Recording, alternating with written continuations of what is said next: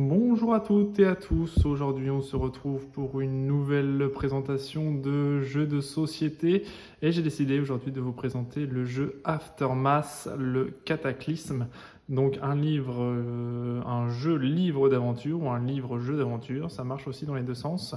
Donc un jeu de Jerry Hawthorne, édité par Played Hat Game. Voilà. Hop, une grosse boîte, très grosse boîte pour ce jeu. Donc le jeu livre d'aventure pour des joueurs âgés de 14 ans et plus, 2 à 4 joueurs, pour des parties de 60 à 120 minutes environ. En sachant que 2 à 4 joueurs, bien évidemment, si je le présente sur ma chaîne, c'est qu'il est bien évidemment jouable en solo, puisque c'est un jeu 100% coopératif. Il n'y a pas de mode compétitif dans ce jeu, donc effectivement, nous pouvons jouer en solo à ce jeu-là. La seule contrainte étant de jouer 2 personnages minimum sur les 4 proposés par la boîte principale. Voilà, en sachant qu'il n'y a pas d'extension sur celui-ci. Played Hat Games, je reviens rapidement dessus. Puisqu'en fait, vous allez retrouver, pour ceux qui connaissent, les mécaniques du jeu d'aventure aussi, du livre-jeu également, de Histoire de Peluche, ainsi que son extension Petit Frère. Et on a également le jeu Comanaut, qui fait partie aussi de la gamme éditée par Played Hat Games, et donc qui est également présent dans les jeux livres d'aventure dans le même style. Donc au niveau des règles du jeu, si vous avez un de ces 3 jeux-là, et bien en fait vous ne serez pas dépaysé. En sachant que Aftermath est pour moi le jeu qui possède les règles les plus... Enfin, la gestion du jeu, parce que les règles sont pas beaucoup plus compliquées que sur les autres jeux. Mais effectivement, là on va avoir un deck de cartes au lieu d'avoir une pioche de dés sur les autres jeux. Mais en tout cas, sur la mécanique du jeu, le type de jeu, etc., ce sera le même jeu, mais dans des univers différents. Celui-ci, on se retrouve dans un univers post-apocalyptique avec des rongeurs qui essaient de survivre directement. Il y a une catastrophe nucléaire dans le jeu et on se retrouve effectivement à essayer de sauver notre colonie. Rapidement, l'histoire de peluche, en fait, ce sont des peluches, des doudous qui vont affronter des monstres pour éviter que l'enfant ne se réveille. Donc c'est plus à la portée des plus jeunes joueurs. Attention, pas des très jeunes joueurs, mais des plus jeunes joueurs, on va dire. Et enfin, Comanaut, c'est vraiment un jeu aussi un petit peu plus adulte également. Voilà, on a une personne qui est dans le coma et on va essayer de s'introduire dans ses rêves, enfin dans son coma, pour essayer de le sortir de tout ça et démêler un petit peu ce qui se passe dans sa tête pour essayer de le faire sortir du coma. Voilà, donc encore un thème beaucoup plus adulte. Voilà, donc le plus enfant si vous jouez avec des adolescents, parce que encore une fois, les termes appropriés dans certains discours, passages, etc. sur l'histoire de peluche en fonction après de la maturité de l'enfant, et bien évidemment, mais c'est plus compliqué. Mais là, voilà, je vous présente aujourd'hui, en tout cas, Aftermath, le Cataclysme, qui est un jeu beaucoup, enfin moi, pour moi en tout cas, j'ai joué aux 3 jeux, j'ai tous fini les trois jeux, celui-ci y compris. Mais effectivement, celui-ci est le jeu le plus complet, moi je trouve, au niveau de la gestion des ressources, etc. Voilà, c'est celui qui est le plus complet, donc je vous présente celui-ci, et ensuite vous pourrez éventuellement vous pencher sur les autres si vous le souhaitez, mais je ne ferai pas de vidéo des autres, voilà, parce que c'est des jeux similaires, entre guillemets. Voilà, vous savez tout pour le débrief de ce jeu. Alors, au niveau du matériel, on retrouve donc un grand livre jeu d'aventure avec une centaine de pages. Voilà, un gros livre d'aventure ici qui est relié de très bonne qualité. On se retrouve évidemment avec des figurines, avec des grosses figurines, vous voyez, par rapport à ma main. Elle prend quasiment toute la main, donc elle est vraiment énorme celle-ci, voilà, qui est plutôt bien faite, plutôt jolie, bien travaillée, et avec une base un peu pré-peinte qui donne un relief assez joli à toutes ces petites figurines qu'on a là, qui sont d'ailleurs assez grandes pour un jeu de ce type-là. On se retrouve avec des figurines assez bien travaillées, assez grandes, et c'est ce qui justifie aussi le prix du jeu. Hop, voilà, hop, je vous montre rapidement, voilà, des petits scorpions, etc. Voilà, donc ça on retrouve à peu près la même chose sur les autres jeux de la gamme, voilà, avec des petites souris toutes mignonnes. Hop. Voilà, donc ça c'est pour donc la présentation des figurines. Ensuite on a un petit plateau ici qui s'appelle le baromètre de campagne. C'est ce qui va nous permettre de suivre l'avancée de notre campagne, puisque le jeu se joue en campagne, voilà, uniquement, hein, puisque en fait on va vivre des aventures les unes après les autres, et c'est un jeu assez sympa au niveau de ce fonctionnement là, avec des items différents, des icônes différentes. C'est ce qui nous permettra effectivement d'avancer dans les histoires, etc. Donc ça c'est plutôt sympa. Hop, voilà. Ensuite, on vient également avec un petit plateau ici qui nous indique, qui est pas recto verso, hein, qui nous indique avec des unités ici au niveau de la ville, sur quelle partie de la ville on se trouve, ce qui va nous emmener sur un numéro de page différent à chaque fois qu'on va se trouver dans un endroit de ville. On a des endroits qui ne sont pas accessibles d'ailleurs, comme le jardin par exemple. Hop. Ensuite, on se retrouve avec des paquets de cartes. Donc au niveau des paquets de cartes, pareil, pour ceux qui ont déjà joué aux autres jeux que j'ai annoncés juste au début, c'est le même principe. On va avoir des cartes environnement ici. Hop. Donc les cartes environnement qui vont nous imposer des choses en fonction des pages et des environnements qu'on a. Donc si on a du feu sur la page, il y aura des conditions. Si on a des sentinelles, il y aura des conditions. Si on a L dessus, des tapettes à souris, la visibilité réduite, des passages, etc. On aura des conditions bien particulières pour traverser certaines pages. Hop. Ensuite, on va avoir ici un deck de rencontre. Donc, deck de rencontre, en fait, quand on va nous demander de tirer une carte rencontre, en fait, on va rencontrer des personnages ou des situations. Et en fonction, on aura des situations qui seront calmes, comme ici, ou des situations qui seront hostiles, donc qui apporteront effectivement son lot de personnages à combattre directement. Hop. Ensuite, on va avoir également un paquet ici de missions. Voilà, donc les missions principales ou des missions annexes. Voilà, je vais vous expliquer tout ça dans le détail, mais voilà, il y a un petit paquet de missions. Il y en a 21, de mémoire, une vingtaine de missions en tout et pour tout, en sachant que, en fait, au début du jeu, on nous demande de mettre toutes les cartes avec une icône de boussole en dessous. Je vais vous le montrer directement.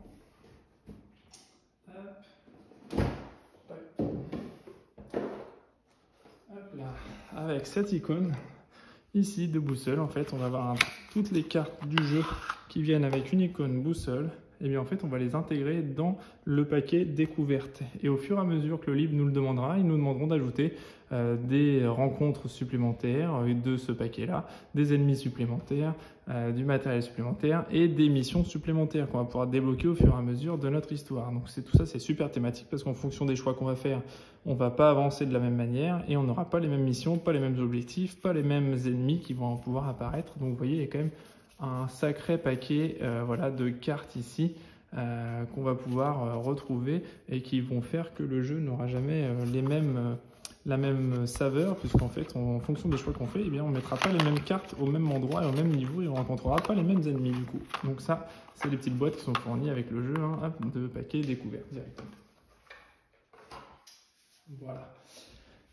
Donc ça c'est le deck ensuite de rencontre d'ennemis, tout simplement, et tous les ennemis qu'on peut avoir directement. Je vous expliquerai donc des ennemis simples ou des boss, voilà, auxquels on retrouve évidemment leurs figurines sculptées ici, en sachant qu'il y a des figurines parfois qui seront demandées d'être remplacées par d'autres parce qu'effectivement il n'y a pas toutes les figurines par rapport à toutes les cartes monstres. Vous voyez, sinon ça aurait fait un paquet de monstres en figurines et le prix du jeu a été exorbitant. Donc là ils ont limité et de temps en temps on aura des monstres qui viendront remplacer d'autres figurines. Hop. Ensuite on a un petit paquet de cartes ici avec des objets, des armes, de l'équipement, voilà, tout ce qu'on peut retrouver dans un jeu classique. Je vous expliquerai après l'iconographie de tout ça en temps et heure. Et ensuite on se retrouve effectivement comme dans les autres histoires, dans les deux autres livres, si vous avez l'habitude de ça aussi, c'est le même principe. On peut devenir embrasé, c'est les états en fait, les états de nos personnages.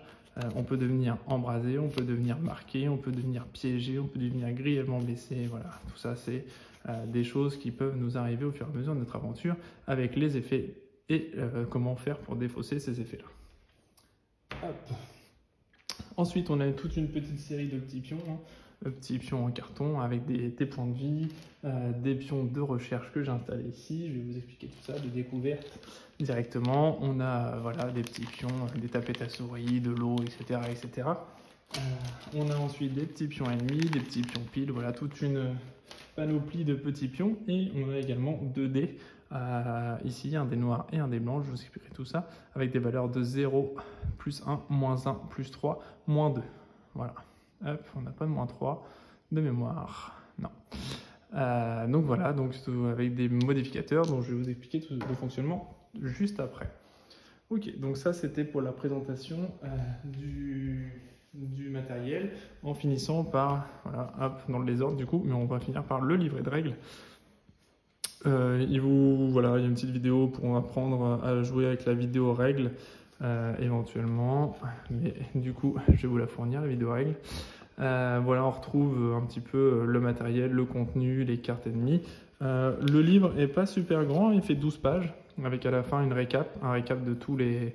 voilà, une aide de jeu tout simplement, avec toutes les actions possibles. Et voilà, il n'y a pas trop d'exemples, c'est vraiment bien détaillé. Après, le jeu n'est pas très compliqué en soi.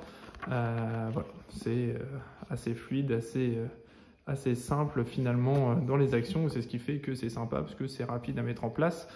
Et voilà, c'est pas super compliqué au niveau des règles du jeu.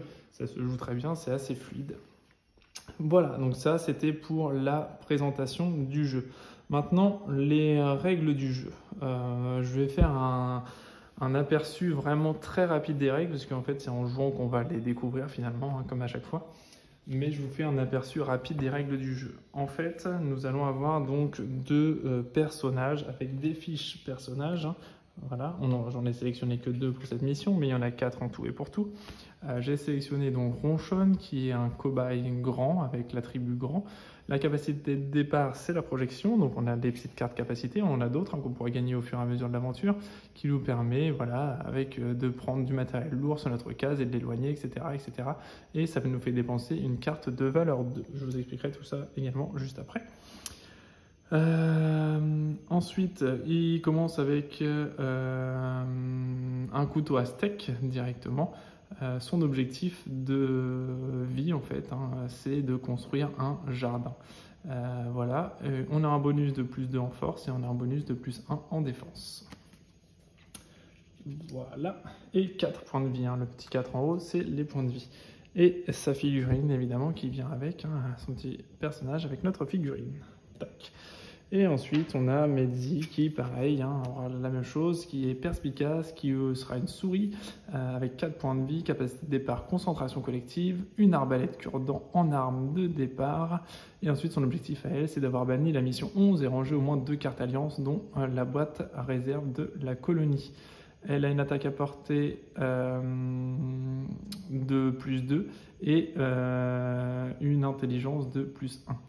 Voilà, je vais vous expliquer un petit peu ce à quoi tout ça correspond, mais ça, c'est nos personnages de départ. Donc, en fait, comment ça va se passer? Je vais prendre une page aléatoire, vraiment pour vous expliquer un petit peu tout ça. Voilà, et en fait, à chaque fois, sur chaque page, on va avoir des iconographies. L'iconographie de la loupe, c'est où on va pouvoir placer des petits jetons ici de découverte. À chaque fois qu'on aura une loupe, on aura un jeton découverte dessus, en plaçant les jetons de la valeur 2 en premier, puisque c'est les valeurs les plus faibles. Ensuite, une fois qu'on aura utilisé tous les jetons 2, eh bien on passera au jeton 3, puis au jeton 4, et ainsi de suite, voilà, directement sur chaque page. En sachant que si on n'a pas découvert tous les jetons d'une page, les jetons ne sont pas remis dans la boîte de jetons, ils sont défaussés directement. Donc on va pouvoir monter directement comme ça, et ensuite on va pouvoir trouver des mécanismes derrière, des fromages, etc. Je vous expliquerai tout ça également en temps et en heure. La petite flèche dans le rond, c'est là où nos personnages commencent. Les petits yeux avec le petit œil ici, avec un numéro 1, 2 et 3, ça correspondra à un texte à chaque fois, puisque c'est une histoire narrative, hein, donc ça correspondra à un texte pour nous mettre dans l'ambiance de ce qui se passe, de ce qui se découvre au fur et à mesure où nos personnages vont se déplacer sur la page juste ici, hein, parce qu'on va se déplacer nous sur notre plateau de jeu ici, et l'aventure narrative se fera ici sur la feuille de droite, hein. Donc on va se déplacer comme ça un petit peu partout sur le plateau, on va déclencher des événements, il va nous arriver des choses, on va lire les textes qui sont associés, et ensuite sur la case avec une petite tête de rat ici, et bien en fait ce sera la case où nos ennemis vont apparaître directement pour nous tenter de nous éliminer tout simplement. Voilà. Et enfin on a une petite case avec un œil barré ici, c'est une case où nous sommes invisibles à partir du moment où nous sommes sur cette case-là, on n'est pas visible, donc on ne peut pas être attaqué, sauf raison contraire, si jamais nous avons des indications qui nous disent qu'on ne peut pas se cacher là. Si on a un attribut grand, par exemple, eh bien, voilà, on ne pourra pas se cacher là, et on a un personnage, justement, la ronchonne ici, qui a un attribut grand, donc qui pourrait potentiellement ne pas se cacher, mais c'est des conditions particulières, et tout ça, je ne vais pas rentrer dans le détail très précisément. Donc voilà comment ça va se passer, on va se déplacer sur le plateau, on va lire ce qui va se passer et puis on va pouvoir continuer les rencontres comme ça. Hop, et découvrir tout ça. Et ensuite la petite souris qui saute à travers la petite trappe, et bien en fait c'est la sortie de la page. Donc une fois qu'on arrive ici, on peut décider de sortir de la page. Il y aura des conditions pour pouvoir sortir, bien évidemment. Et une fois qu'on sera sorti de la page, eh bien, on pourra se déplacer sur la carte ici, qui nous permettra d'aller sur un lieu adjacent directement au lieu où nous étions pour arriver dans le lieu de notre mission, où il y a des missions qui nous demanderont de nous déplacer dans tel lieu, tel lieu, tel lieu. Et bien, il va falloir qu'on se déplace sur la petite carte pour pouvoir y accéder. Voilà comment ça va se passer grosso modo au niveau de ça. À chaque fois qu'on va découvrir ici, à chaque fois qu'une page nous demandera de monter en temps, on montera ici sur l'horloge ici principale du temps, en sachant que chaque mission nous donnera un temps à partie. Par exemple, sur la première mission, on a 5 heures pour pouvoir accomplir la mission. Donc à chaque fois qu'on nous demandera d'augmenter d'une heure, on mettra 1 heure de plus. Passé 5 heures, à la fin de la partie, il nous arrivera des éléments négatifs puisqu'on sera parti trop longtemps de la colonie et du coup la colonie se sera fait attaquer et on va résoudre des événements négatifs de la colonie, puisque le but c'est évidemment dans ce jeu, on est évidemment une petite famille de souris, voilà, une société de rongeurs, parce qu'il n'y a pas que des souris d'ailleurs, une famille de rongeurs, et on essaie de faire survivre nos rongeurs, puisque comme je vous le disais au début de la partie, les humains ont déclenché des guerres atomiques, l'humanité a été éradiquée de la planète Terre, et seuls les rongeurs voilà, les animaux de petite taille, on va dire, sont restés vivants et survivent à l'intérieur de cet apocalypse. Et du coup, on a une colonie qu'on doit essayer de faire vivre directement, une colonie de rongeurs qu'on doit faire vivre. Et donc, évidemment, dès qu'on s'éloigne de la colonie, on se fait attaquer par des rats, par des scorpions, etc. etc.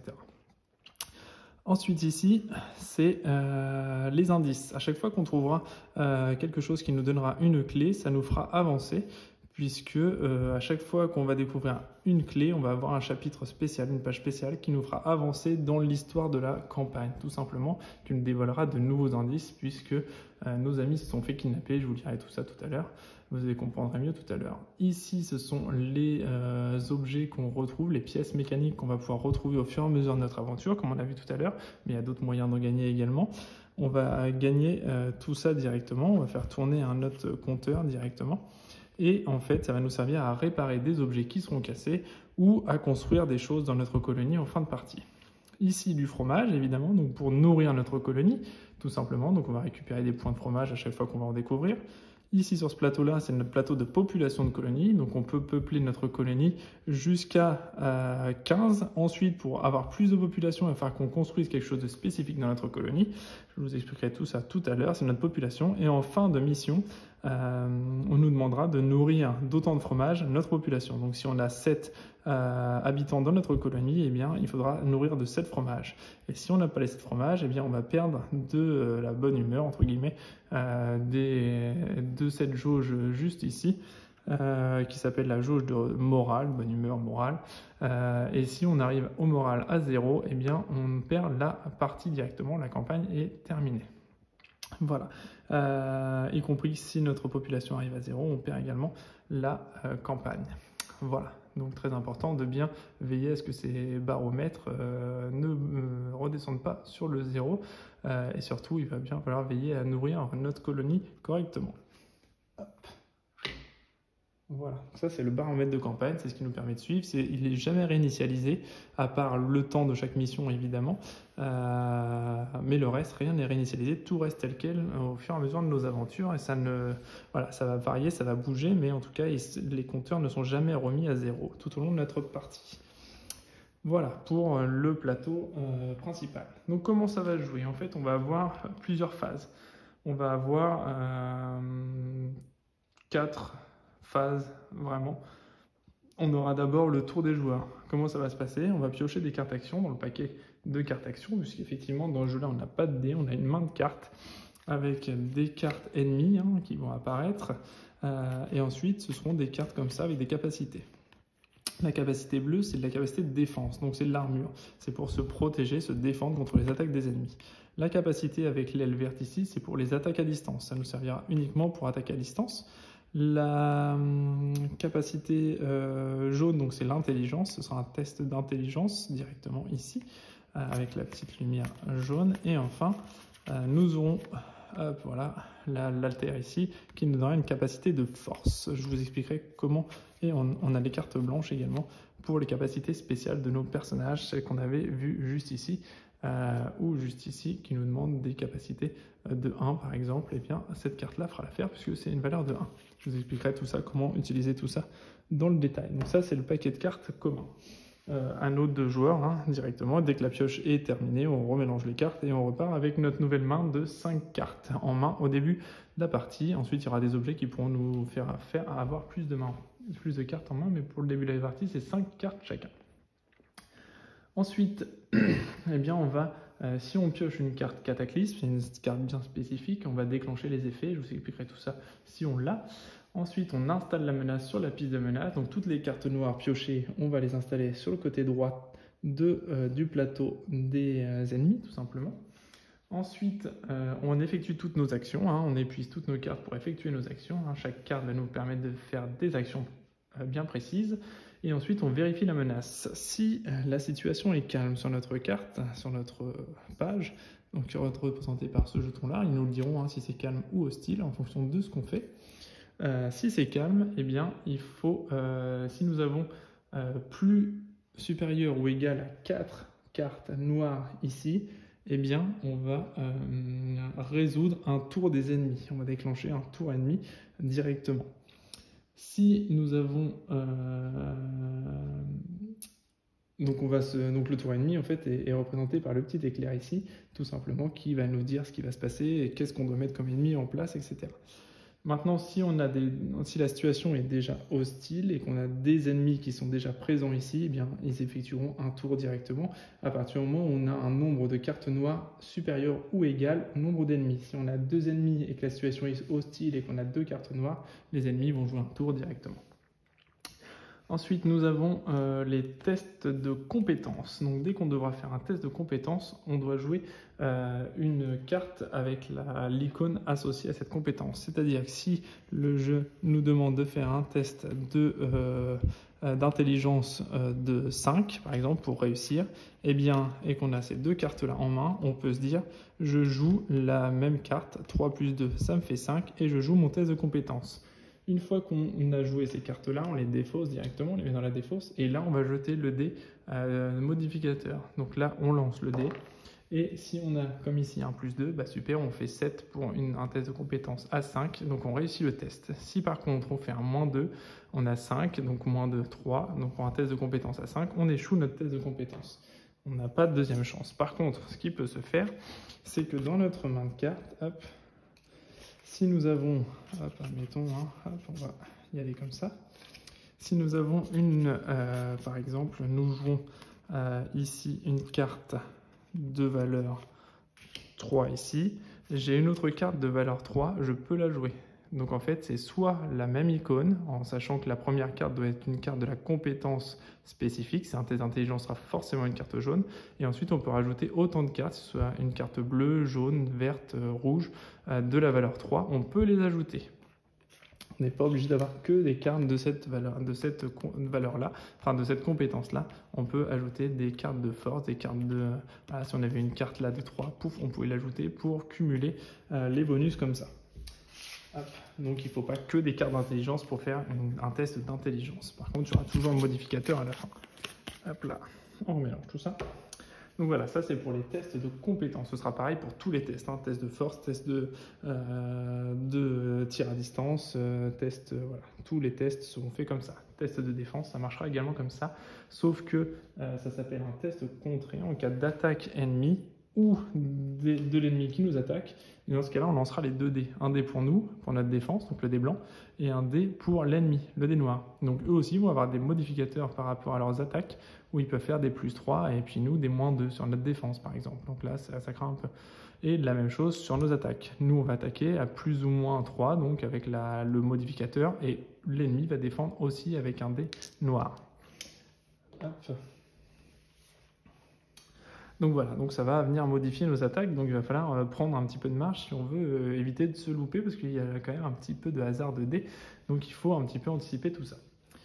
Ensuite, au niveau de nos actions, qu'est-ce qu'on a? On a de la communication, donc avec les tests d'intelligence, avec la fameuse petite loupiote, la petite lumière, directement, en sachant qu'on peut communiquer avec les ennemis, parce que chaque ennemi peut venir directement, mais la situation n'est pas forcément hostile. C'est-à-dire que quand un ennemi, hop, on va prendre par exemple celui-ci, admettons que le texte nous dise « Vous devez invoquer le chef gecko, mais par contre, la situation reste calme. » Donc là, on est dans ce cas-là, la situation est calme, on invoque l'ennemi.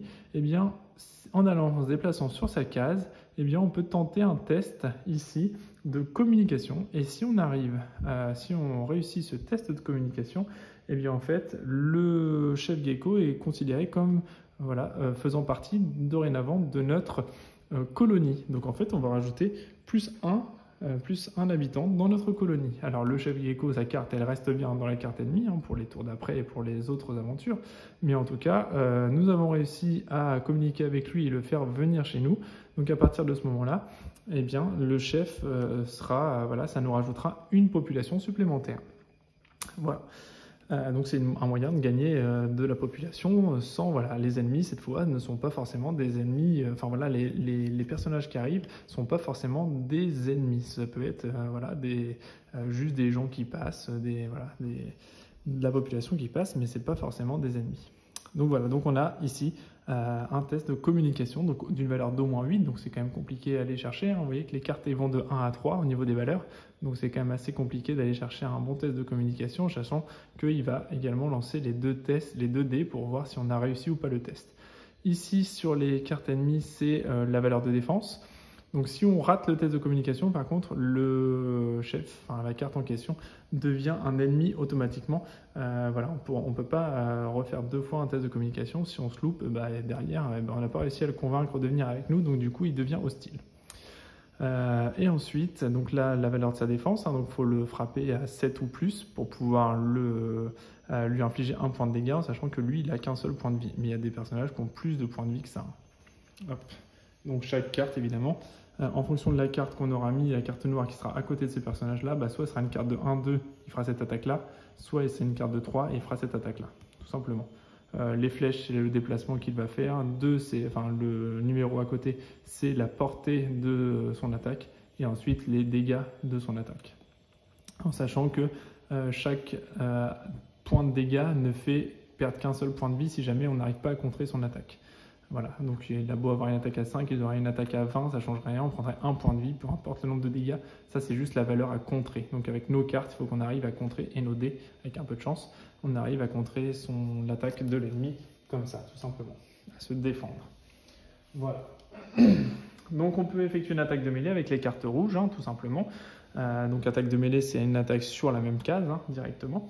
L'attaque à distance, pareil, une attaque à distance, et c'est au niveau de notre attaque à distance, eh bien, on a notre distance ici, justement, de 3, donc de 3 cases, on peut attaquer à 3 cases, plus 1 c'est le bonus, donc on gagne plus 1 sur notre attaque, et lorsqu'on, ça c'est la petite capacité spéciale de notre arme, c'est une arme de départ, bien évidemment, c'est l'arme de départ de Mézi. Ok. Ensuite, on peut faire du furetage. Donc, le furetage, c'est un test d'intelligence encore qui nous permet sur les petites loupes ici d'aller chercher, récolter des indices. Donc, si on fait un test de furetage sur cet indice-là, et bien en fait, il faudra réussir un test de 3, d'une valeur de 3 pour pouvoir récupérer ce qu'il y a à récupérer sur ce petit jeton ici. Ensuite, on peut faire un test de guérison. Donc, on fait le test de compétences indiqué sur notre carte condition, si on est brûlé, etc., déchiré, voilà. Ensuite, on peut faire un déplacement, tout simplement. Donc, les déplacements, on peut mettre des cartes de n'importe quel type, de n'importe quelle couleur. On se déplace. Par contre, les lignes colorées, donc les lignes pointillées, on peut se déplacer pour un point de déplacement. Par contre, les lignes colorées, il faut absolument une carte de la couleur pour pouvoir passer au travers. Si on n'a pas de carte de la couleur, il faut qu'on additionne au moins 3 points de déplacement pour pouvoir passer à travers les lignes. Ensuite, on peut s'équiper ou échanger une carte avec un autre personnage à condition d'être sur la même carte. Ça nous coûte une carte. Action, n'importe quelle carte. On jette une carte et on peut changer notre équipement en sachant qu'on a le droit à on a le droit à des équipements de pattes, des équipements à 2 pattes, à une patte. On a des équipements de tête, on a des équipements d'objets. Voilà, il y a des objets partout et on a le droit à 5 objets dans notre sac à dos. Ensuite, on peut encourager un autre joueur. Donc, on donne une carte action de notre main à un autre joueur. Donc là, en l'occurrence, à une autre souris qu'on a, qui n'en possède que 2 ou moins. Donc voilà. Ensuite, on peut jouer une capacité. L'action héroïsme, c'est la capacité spéciale de nos personnages directement. Donc, c'est avec les cartes blanches qu'on peut jouer une capacité. Voilà, ça c'était pour l'action des joueurs. Ce sera l'ensemble des actions des joueurs, ce sera ça. Ensuite, si jamais il y a un tour des ennemis, qu'est-ce qui va se passer? Ils vont faire leur action spécifique par rapport à la valeur, 1, 2 ou 3. Ensuite, ils font leur déplacement. Ils vont déplacer toujours vers le héros le plus proche. Ensuite, ils vont faire un ciblage. Ils vont cibler toujours une ligne de vue à portée maximale et à valeur et au héros le plus proche aussi de leur ligne de mire éventuellement. Ensuite, ils vont attaquer les ennemis les ennemis pour eux, donc nos héros, ils vont attaquer nos héros. Et là, on pourra faire un test de défense pour essayer de se défendre par rapport à leur attaque. Et ensuite, on va défausser toutes les cartes menaces sur le côté et on repart pour un nouveau tour jusqu'à temps qu'ils aient de nouveau un nombre supérieur ou égal au nombre d'ennemis, un nombre de cartes menaces supérieur ou égal aux ennemis pour redéclencher une nouvelle fois une attaque, sauf effet spécifique qui nous demanderait de déclencher de nouveau une attaque. Voilà. Si un de nos héros est vaincu, on doit placer la figurine sur sa carte. On revient ici, admettons qu'il soit vaincu, il revient ici. On défausse tous nos pions et nos cartes conditions. Donc si on avait gagné des piles, on défausse tout ça. Ensuite, on prend 1 heure de plus au niveau du temps horaire et notre héros devient grièvement blessé. Donc il prend une carte attribut avec grièvement blessé dessus. Ensuite, on le remet au jeu au prochain tour si la situation est calme ou en passant à une nouvelle page. Donc si on change de page, on arrive à sauver avec le dernier personnage, hop, on change de page et voilà. Et ensuite, on entre sur une case héros à chaque fois, donc on revient ici, à la case du départ. Si tous les héros sont vaincus, évidemment, on perd la mission automatiquement, ça va de soi. Bon, on perd seulement la mission, pas la campagne. La campagne, c'est uniquement si notre population redescend à 0. Ensuite, quitter une page, dès qu'on quitte une page, donc on arrive sur le petit symbole de la souris là-bas. Donc on finit notre tour, on vérifie la menace. Si la menace est active et qu'on nous interdit de sortir tant que la situation est hostile, on doit combattre tous les monstres restants avant de pouvoir repartir et de remettre une situation calme. Ensuite, on retire toutes les figurines, tous les figurines, tous les pions de recherche, etc. sont retirés. Si la situation est hostile et qu'on a le droit de sortir quand même, en fait les monstres vont nous suivre. Admettons qu'on ait encore ce monstre-là ici et que la situation est hostile. On arrive à sortir de la carte. En fait, ici, dans la case la chasse, le chef il va venir ici. Et sur une page d'après, il est possible qu'il nous dise la chasse se remet en place. Donc dans ce cas-là, on reprendra son personnage ici, on le remettra là et il aura réussi à nous suivre. C'est comme si en fait, il nous avait laissé s'enfuir, mais ils nous coursent quand même, hein, ils essayent quand même de nous rattraper. Et à un moment donné, dans une page, eh bien, on peut voir de nouveau les ennemis qu'on avait laissés finalement hostiles et qui nous ont couru après, les revoir dans des pages suivantes. Donc voilà, donc jamais vraiment bon de laisser une carte hostile finalement dans une page, mais des fois voilà, le temps joue contre nous, on n'a pas forcément l'équipement ou les personnages sont assez performants pour pouvoir combattre la menace, et des fois bon, voilà, on n'a pas trop le choix. Et ensuite, on déplace tous nos héros sur nos cartes respectives, on remet la tâche de groupe si on avait une à 0 directement ici. Toutes les cartes de la piste menace sont défaussées et on repart sur la nouvelle page. On se redéplace dans la ville ici avec notre petit jeton. On se déplace sur une case adjacente et nous repartons pour l'aventure. Enfin, la dernière action, c'est nicher. Donc à la fin de n'importe quel tour de nos joueurs, si la situation est calme, seulement si la situation est calme, on peut décider de nicher. Donc qu'est-ce que c'est nicher? En fait, c'est on réduit le cadran fromage d'un, hein, on consomme un fromage. Et on peut se retirer un point de dégâts, tout simplement. Donc un petit cœur de dégâts, on peut le retirer. Tous les dégâts, parce qu'il y a deux types de dégâts, il y a des dégâts standards, par le cœur comme ça, et des dégâts toxiques ici. Donc les dégâts toxiques ici, ils redeviennent dégâts standards. Donc ça, c'est l'effet de nicher. Ensuite, on défausse toutes les cartes à condition négative. Hein, si on était brûlé, grièvement blessé, etc., on les défausse. Ensuite, on doit défausser par contre tous nos pions piles. Vous savez, c'est les pions qui nous servent à utiliser certains objets spécifiques. Et ensuite, on peut dépenser des pièces détachées pour réparer des objets cassés qu'on aurait mis ici, des objets brisés qu'on aurait pu trouver au cours de notre partie. Et on prend 1 heure de plus directement. Voilà, donc ça c'est grosso modo les règles du jeu pour Aftermath. Donc c'est vraiment toutes les règles qui vous permettent de jouer, mais encore une fois, ça va être maintenant qu'on va les découvrir avec la première page. Alors, je ne vais pas vous lire parce que j'aime pas trop spoiler, hein. J'avais déjà eu avec Cartaventura justement la fois dernière sur une de mes dernières vidéos, voilà, où j'avais présenté le jeu, et les jeux narratifs comme ça, j'aime pas trop les lire parce que ça spoil quand même pas mal. Donc, ce que je vais faire, c'est que le départ, voilà, là c'est la page de départ, tout ça je ne vais pas la lire, je vais vous laisser vous mettre dans le bain. Sachez seulement que grosso modo, voilà, on a des souris qui étaient partis en éclaireur, enfin des guerriers entre guillemets qui sont partis à l'aventure pour ramener de la nourriture dans notre colonie et qui ne sont jamais revenus. Donc on est très inquiet pour eux, ils sont jamais revenus, et du coup on a nos deux valeurs, enfin nos quatre, hein, si on joue plusieurs personnages, hein, tout seul on peut jouer 4 personnages, hein, il y a encore, hop, je vais vous montrer, on a encore ces 2 petits personnages supplémentaires que l'on peut choisir, voilà, comme ça c'est fait. Hop. Et donc nos 2 valeureux personnages, hop, je vais la mettre ici, ouais, un petit contre-jour, hop, on va la mettre là.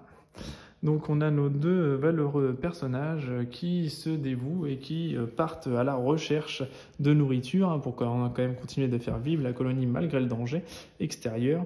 Donc on part rechercher de la nourriture et en même temps on part enquêter sur la disparition de nos amis qui ne sont jamais revenus. Et justement, à chaque fois qu'on gagnera des indices, ça nous donnera des indices sur la disparition de nos 2 amis. Et à la fin du 8e indice, évidemment, on découvrira ce qui leur est arrivé vraiment. Voilà, tout simplement. Donc c'est à ça que ça sert, les indices, hein, avec les petites clés dessus. Donc voilà, le petit speech de départ, je vous laisserai tout lire dans le détail, puisque voilà, je préfère vous laisser quand même la surprise de la lecture, parce que c'est un jeu narratif et j'aime pas trop spoiler, évidemment. Quand j'ai pas le choix, je le fais. Là, on va le faire sur les pages suivantes, mais le gros, je vous le laisse quand même en lecture si ça vous intéresse. Donc pour la première partie, on doit mettre le temps à 0, les indices à 0. Nous partons avec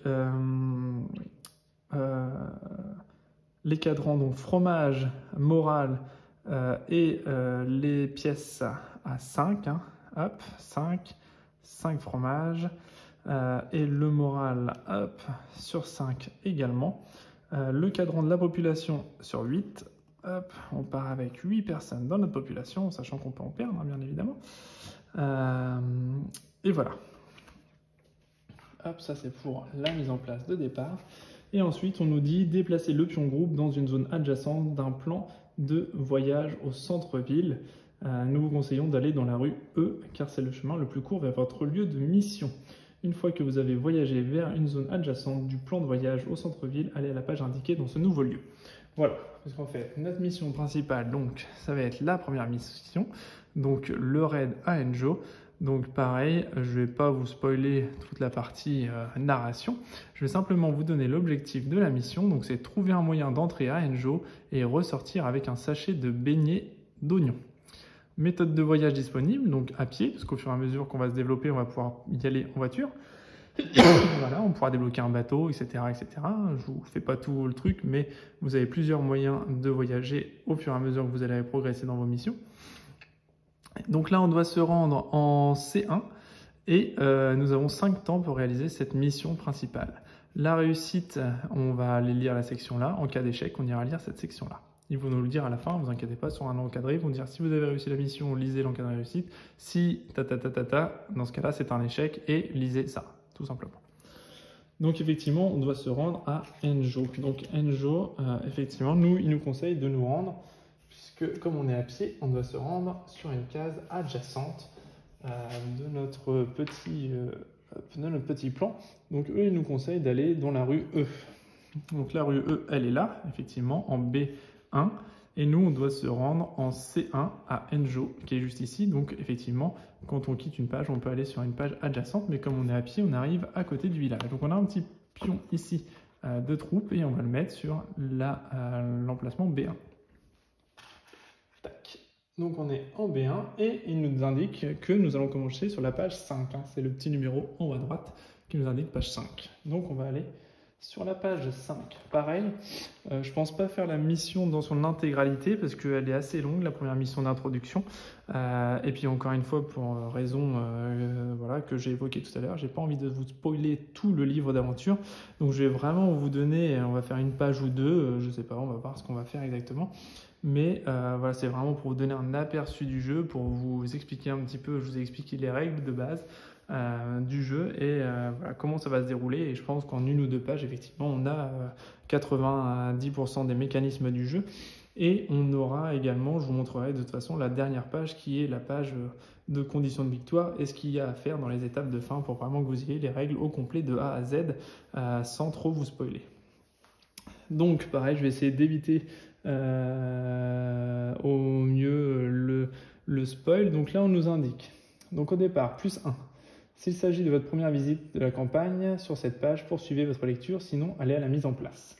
Donc moi, hop, je vais augmenter ici.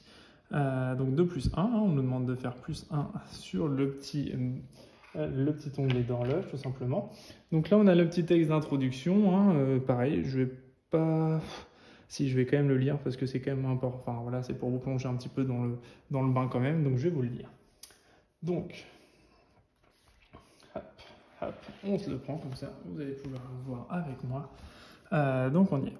Ah, s'exclame une ronchonne irritée lorsque la cape de Mézy lui chatouille le museau. Tu vois quelque chose? Debout sur les épaules robustes de son ami, le souriceau regarde à travers un trou dans la barrière en bois. Scrutant la rue de l'autre côté, Mézy s'efforce de retenir la position des énormes voitures décrépies et des herbes hautes qui émergent de la chaussée craquelée. Elles n'offriront guère de refuge face aux oiseaux et seront tout bonnement inutiles si vous tombez sur un chat. Il faudra courir longtemps pour se mettre à l'abri, mais la voie est libre, finit-il par déclarer en sautant avec légèreté des épaules de Ronchonne. Il était temps, râla Ringer. Chut, siffle murmure en lui lançant un regard noir. Le jeune hamster se contente d'un clin d'œil et d'un sourire en coin, les joues gonflées de noisettes. Poussant contre une planche mal fixée, vous franchissez la barrière et pénétrez dans une touffe d'herbe de l'autre côté. Vous êtes sur le point de vous risquer à découvert dans une rue de la ville et vos estomacs se serrent lorsque l'adrénaline envahit vos petits corps. Donc là, effectivement, voilà, c'est juste pour vous ayez un petit aperçu du type de texte qu'on peut retrouver dans le jeu. Il y a pas mal d'humour, etc. C'est plutôt sympa. Ensuite, on a la mise en place. Donc, on place les héros sur la case principale des héros. Placez les pions loop sur la case indiquée. Rencontre, piochez une carte rencontre. Bon, voilà, il nous indique, il nous renvoie au livre de règles pour voir ce que c'est que provoquer une rencontre. Et on a un petit rappel des règles, voilà, de ce qu'il y a ici, un test de compétences qu'on doit faire, etc. Ok. On va remettre le petit livre à sa place. Et là, du coup, donc on a dit, on doit mettre des Petit jeton numéro 2, les valeurs les plus basses en première à chaque fois. Hop, jeton numéro 2, jeton numéro 2. Ok. Ensuite, nos héros arrivent sur la case d'arrivée des héros. Tout simplement, nos 2 héros arrivent ici.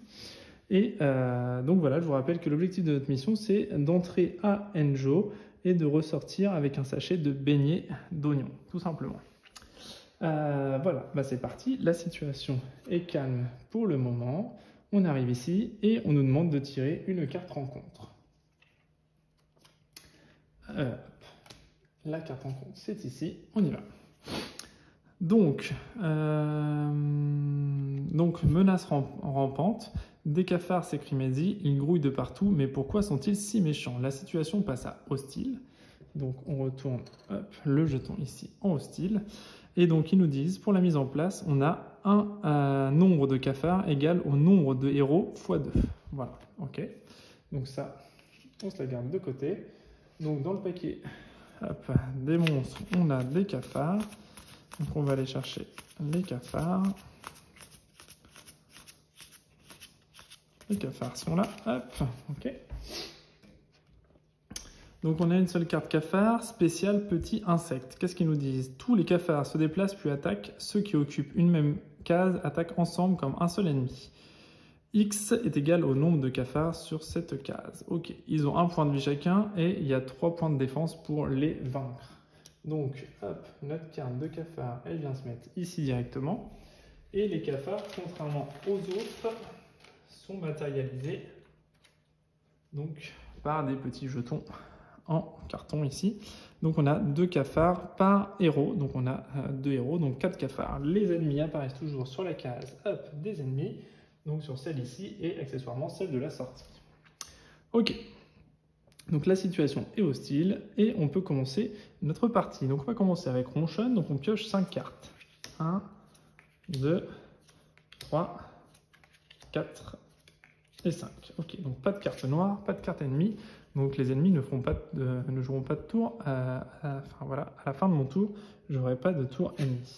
Ma carte mission, je vais me la laisser sur le côté ici. Hop. Donc là, nous avons cette main de cartes pour jouer avec Ronchon. Donc je vais essayer de vous faire voir un petit peu l'étendue du jeu. Donc moi, ce que j'ai envie de faire, c'est déjà un déplacement. Donc je vais me déplacer... Je pense que je vais me déplacer. Alors après, il y a des ennemis qui sont là, mais ils n'attaquent pas pour le moment. J'ai qu'un de force de toute façon, donc je ne vais pas aller très loin. Ce que je vais faire, c'est que je vais me déplacer d'un avec cette carte-là. Donc les déplacements, on peut jouer n'importe quelle carte. Je me déplace d'un ici. Ensuite, j'ai 2 en furetage. Donc je vais décider de fureter. Furetage, c'est la petite, voilà, c'est l'action qui me permet de essayer de découvrir ce qu'il y a en dessous des herbes ici. Et donc je vais utiliser 2 points de furetage, en sachant qu'il me faut 2 pour pouvoir regarder ce qu'il y a dessous. Donc là, je décide de faire un test de compétence pour voir si j'ai réussi à trouver quelque chose dans les fourrés. Je jette le dé blanc. C'est parti. Hop. Donc 0. Donc j'ai joué une carte de 2, plus 0, ça me fait toujours 2. Donc comme c'est une valeur de 2, je peux regarder ce qu'il y a derrière. Je découvre quelque chose et je découvre voilà, des pièces mécaniques. Donc du coup, comme c'est des pièces mécaniques, je les laisse, découvertes et ça ne reviendra jamais dans la défaut jusqu'à la fin de la mission. Ok, donc je découvre 2 pièces mécaniques. Donc là, je vais sur mon petit pointeur ici et je me rajoute 2 pièces mécaniques. Ok, je me suis rajouté 2 pièces mécaniques sur mon baromètre de campagne. Ensuite, je vais utiliser 3 déplacements verts. Pourquoi? Parce que j'ai une ligne verte ici. Et je suis obligé de jouer une carte de la couleur ou une valeur de 3 avec 2 autres cartes pour pouvoir y accéder. Donc, je vais me déplacer ici. Et en entrant sur la case, j'ai un petit 1 avec un œil. Donc, ça m'envoie directement au livret de règles. Le livret donc, de campagne me dit... Vous remarquez un escarpin humain qui autrefois d'un rouge vif très tape à l'œil est à présent couvert d'une fine couche de poussière. D'aucuns disent qu'après leur disparition, tout ce qui resta des humains fut leurs chaussures, leurs vêtements et quelques volutes emportés par le vent. Voilà, donc on a vraiment été exterminés, disparus. Donc voilà, et je vais rester là pour mon tour parce que j'ai plus rien à faire. Mon tour est terminé. Ensuite, donc la situation donc à la fin n'est pas, enfin la situation est hostile, mais on n'a pas de carte menace qui leur permettent de jouer un tour. Donc pour l'instant, tout va bien pour nous. On va piocher 5 cartes avec Maisie. Donc une carte hostile, 2, 3, 4 et 5. Ok. Donc là on a 5 cartes. Donc la carte hostile, on va la mettre directement ici, hein, directement là, tac, à côté. Je vais la mettre dessus pour qu'on la voit bien. Hop, on a une carte hostile directement ici, de valeur 1. Okay. Donc on sait déjà que les cafards, à la fin de mon tour, vont se déplacer de 2 cases et ils vont m'attaquer à une valeur d'attaque de x plus 2, donc le nombre de cafards plus 2. Ok, donc là, potentiellement, j'ai quand même un héros qui est à portée des cafards et ils vont venir nous attaquer directement, mon petit héros. Donc, moi, qu'est-ce que je peux faire avec Maisie? Là, je ne peux pas attaquer, j'ai une arbalète pour attaquer à distance, donc j'ai plus 3, ouais, je pourrais attaquer potentiellement un cafard. Les attaques à distance, toujours en ligne de vue. Hein. Tant qu'il n'y a pas une double ligne blanche, je suis en ligne de vue, c'est open, il n'y a pas de souci. Et les ennemis, eux, ligne colorée ou pas, ça ne change rien. Ils vont rien se passer. Hein. Il ne va rien se passer dessus. Eux, ils peuvent traverser comme ils veulent. Pour un point de déplacement, contrairement à nous. Donc moi, ce que je vais faire, c'est que je vais aller voir ce qui se passe peut-être ici en 2. Allez, je vais aller voir ce qui se passe là. Hein. On va aller utiliser un petit point de déplacement. Je vais me mettre ici et j'ai un petit 2 qui m'interpelle ici. Le trottoir en béton ne représente pas un obstacle pour une petite créature agile comme vous. Donc il y a un petit rappel des règles hein, sur les lignes et les points de vue, etc. Les refuges. Voilà. Donc ça, pas de souci. Ensuite... on va pouvoir se déplacer de nouveau de 2, à moins que je donne... Ouais, je vais peut-être essayer de faire ça. Comme ma partenaire ronchonne n'a que 2 cartes en main, je vais décider de lui donner une carte hein, directement, une action d'encouragement. Je lui donne une carte directement, voilà. Pour qu'elle puisse se défendre contre l'attaque de cafard, parce que c'est elle la plus proche, ils vont cibler l'ennemi, le héros le plus proche d'eux, donc ils vont venir la cibler elle directement. Donc je préfère essayer de la protéger un petit peu. Ok, donc ensuite je vais utiliser ma carte ici pour me déplacer d'une case et revenir ici, hein, parce que j'ai une ligne verte, donc je ne peux pas passer avec un point de déplacement seulement. Et ensuite je vais tenter de tuer un cafard, parce que j'ai une arme qui me permet d'une distance de 3 cases. Donc j'ai 1, 2, 3 cases, donc je peux attaquer un cafard sans problème. Et j'ai une carte ici qui me permet de jouer une carte joker, qui me permet soit d'utiliser ma capacité spéciale, ici, jouer une action spéciale, à utiliser avant un lancer de dés de résolution pendant un test de compétence, réduite de 1 la difficulté de ce test pour chaque héros sur votre case. Là pour l'instant je suis tout seul, donc aucun intérêt. Par contre je peux faire une attaque à distance, puisque ça va me faire 1 point d'attaque. Ici j'ai mon arbalète qui me donne plus 1, donc ça va me faire 2 points d'attaque. Et mon personnage Maisie me donne 2 points d'attaque supplémentaires. Donc je suis à 4 en attaque, et le cafard a 3 points de défense sur sa carte. Donc je le tente, j'attaque un cafard, donc je lance mon dé, et le cafard va se défendre aussi avec un dé noir, puisque c'est un test contré.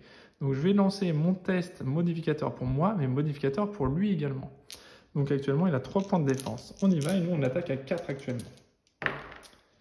Donc voilà, donc là on a plus 1 pour nous, moins 2 pour lui. Donc ce qui fait que sa défense baisse à 1, et moi mon attaque monte à 5. Donc 5 pour 1, pas de souci, j'arrive à tuer un cafard. Donc j'élimine un cafard directement et je le retire du plateau de jeu. Tac, il est éliminé.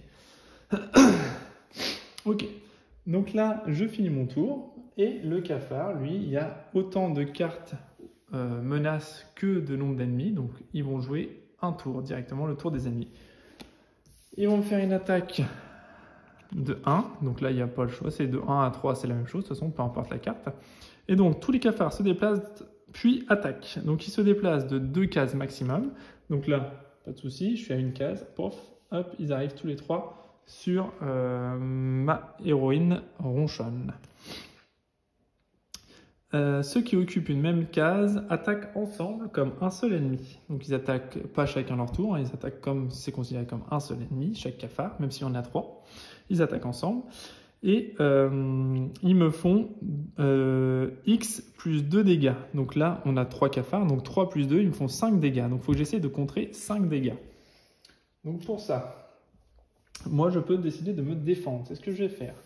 Et je vais me défendre avec 2 plus 2 plus mon personnage qui me permet d'avoir plus 1 en défense. Donc 2 plus 2, 4 et 1, 5. Donc je défends aussi fort, donc je défausse mes cartes, hein, je défends aussi fort que l'attaque de mes ennemis. Donc ils attaquent à 5 et je défends à 5. Et là on va jeter les démodificateurs pour voir s'ils me font des points de dégâts. Allez, on croise les doigts.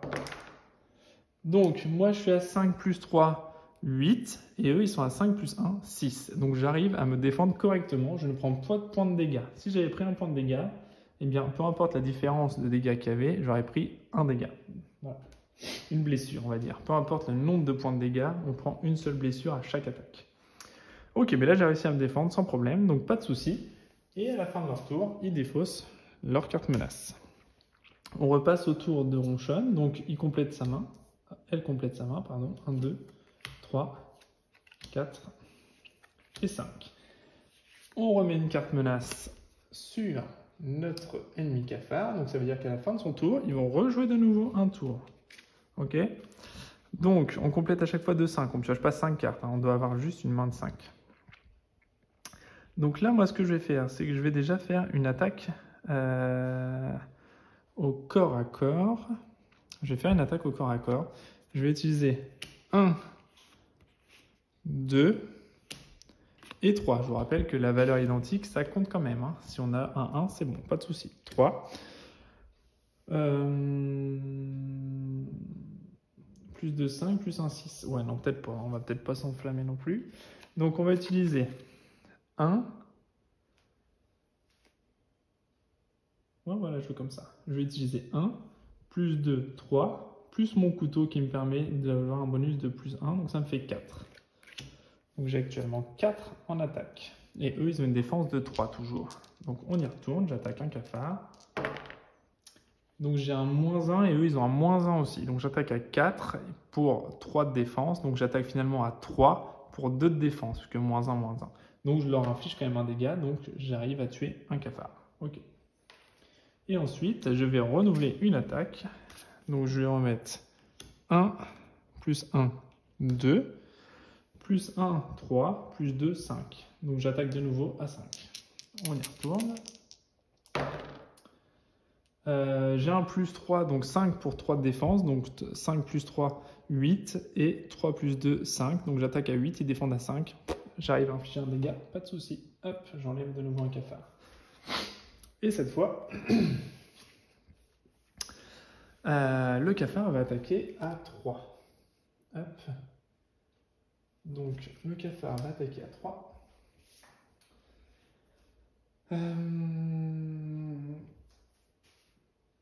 Donc, on a dit, hop, pour le test du cafard, donc c'est X est égal au nombre de cafards sur cette case, donc 1. Donc 1 plus 2, ça fait 3. Donc 1 plus 2 est égal à 3. Donc du coup, on peut se défendre avec l'attribut de notre choix.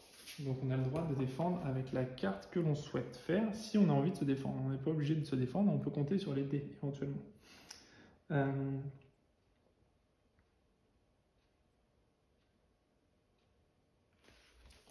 Donc ce qu'on va faire, c'est qu'on va défendre à 2. Hein, on n'a plus qu'une capacité de 2. On peut défendre avec n'importe quelle compétence.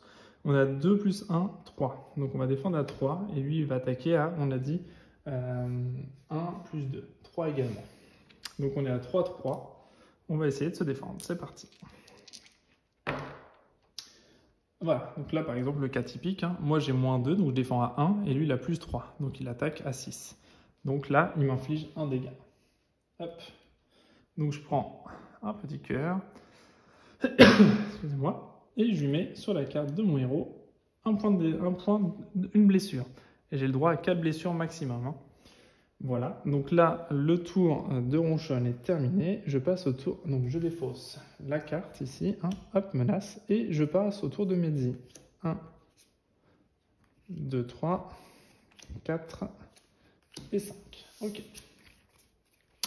Donc Mehdi, qu'est-ce que je vais faire? Eh bien en fait je vais faire une attaque à 6, on va assurer le coup. J'engage avec un joker, hein, ça remplace n'importe quelle carte, celle-ci. Hein. 3, plus 3, 6. Voilà, donc j'engage une attaque à 6. Le cafard à 3, parce que j'attaque à distance. 6, plus un 7, 8, 9. J'attaque à 9. Hein. Donc là, mathématiquement, le cafard, il ne peut pas se défendre. Je vais lancer quand même, hein, pour le fun. Mais voilà, 9 plus un 10, et lui, il se défend à 5. Pas de souci, le cafard est éliminé. Hop, voilà.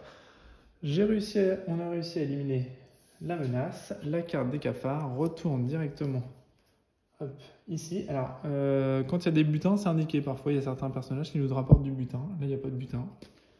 On retire. Ok, donc là, voilà, on a exterminé. La situation redevient calme automatiquement. On a éliminé la menace. La situation redevient calme. Je vais utiliser un ici pour me déplacer à travers une ligne verte. Pour pouvoir me déplacer ici. Et ensuite, je vais utiliser... je vais en profiter pendant que la situation est calme pour aller chercher quelques équipements. Je vais utiliser un ici pour revenir rejoindre Ronchon. Et je vais utiliser 2 plus 1 en capacité, ça me fait 3, pour aller chercher hop, un objet. Là, comme j'ai pas d'ennemi, je lance qu'un seul dé. Donc, je suis à 3, plus 3, 6, donc pas de souci. Je découvre quelque chose avec mon action de furetage. Et je découvre 2 fromages. Je vais le mettre ici. Et je découvre donc 2 fromages. Donc j'augmente ma jauge à 7. Voilà, je prends 2 fromages de plus. Fin du tour, c'est au tour de Ronchon. 1, 2, 3, oula, 4 et 5. Donc là, j'ai 2 cartes hostiles, et il va m'en falloir 4 ou plus. Pour redéclencher, enfin, 2 cartes menaces, et il va me falloir 4 cartes ou plus pour redéclencher un effet négatif. Donc là, en l'occurrence, je prendrai 1 heure de plus, et s'il y a des ennemis en jeu, la situation devient hostile, si jamais elle ne l'était pas, directement. Et sinon, on doit défausser toutes les cartes, et on prend 1 heure de pénalité tout de même. Donc voilà ce qui nous arriverait si jamais on arrive à 4. Donc ici, avec notre ami Ronchon, on va tenter de découvrir ce qu'il y a de nouveau ici. Donc on va faire une action de furetage pour essayer de fouiller encore dans les herbes hautes. Donc j'initie mon action avec cette carte joker de 2, plus 2, 4. Donc je vais essayer de fouiller à 4 pour une valeur de 2 de réussite. 4 moins 2, 2 pile poil. Donc 2, c'est bon, je réussis tout de même à découvrir quelque chose, et j'obtiens 2 pièces de rechange. 2 petites pièces, donc j'augmente de nouveau mon compteur. J'étais à 7, j'arrive à 9. Ok. Et enfin, j'utilise ma dernière carte verte pour passer la ligne verte ici et sortir du terrain de jeu. J'en profite pour sortir, puisque je suis à une case sortie. Lorsque vous empruntez cette sortie, déplacez le pion groupe dans une zone adjacente du plan de voyage au centre-ville. Quitter une page, donc il nous renvoie vers le livre de règles. Ok, donc là, on est sur le point de sortie. Pas de souci, donc je laisse ma figurine sur le point de sortie et je repars sur un tour avec Mehdi. 1, 2, 3, 4. Ah, super, on ne l'avait pas vu celle-là. Et 5. Cette carte-là, c'est une carte spéciale, parce que c'est une carte cataclysme. La carte cataclysme, c'est simple, on doit lancer le dé. Hop, un dé ici, hop, on lance, on a 0. On additionne ce dé avec la valeur de notre compteur temps. Pour l'instant, on a 1 heure d'utiliser, plus 0, on est toujours à 1. Et on va prendre ici l'onglet cataclysme qui nous dit 3 ou plus. Donc là, on a 1, donc on n'est pas concerné par l'effet négatif de ceci. Donc je ne vais pas vous le lire, je ne vais pas vous spoiler.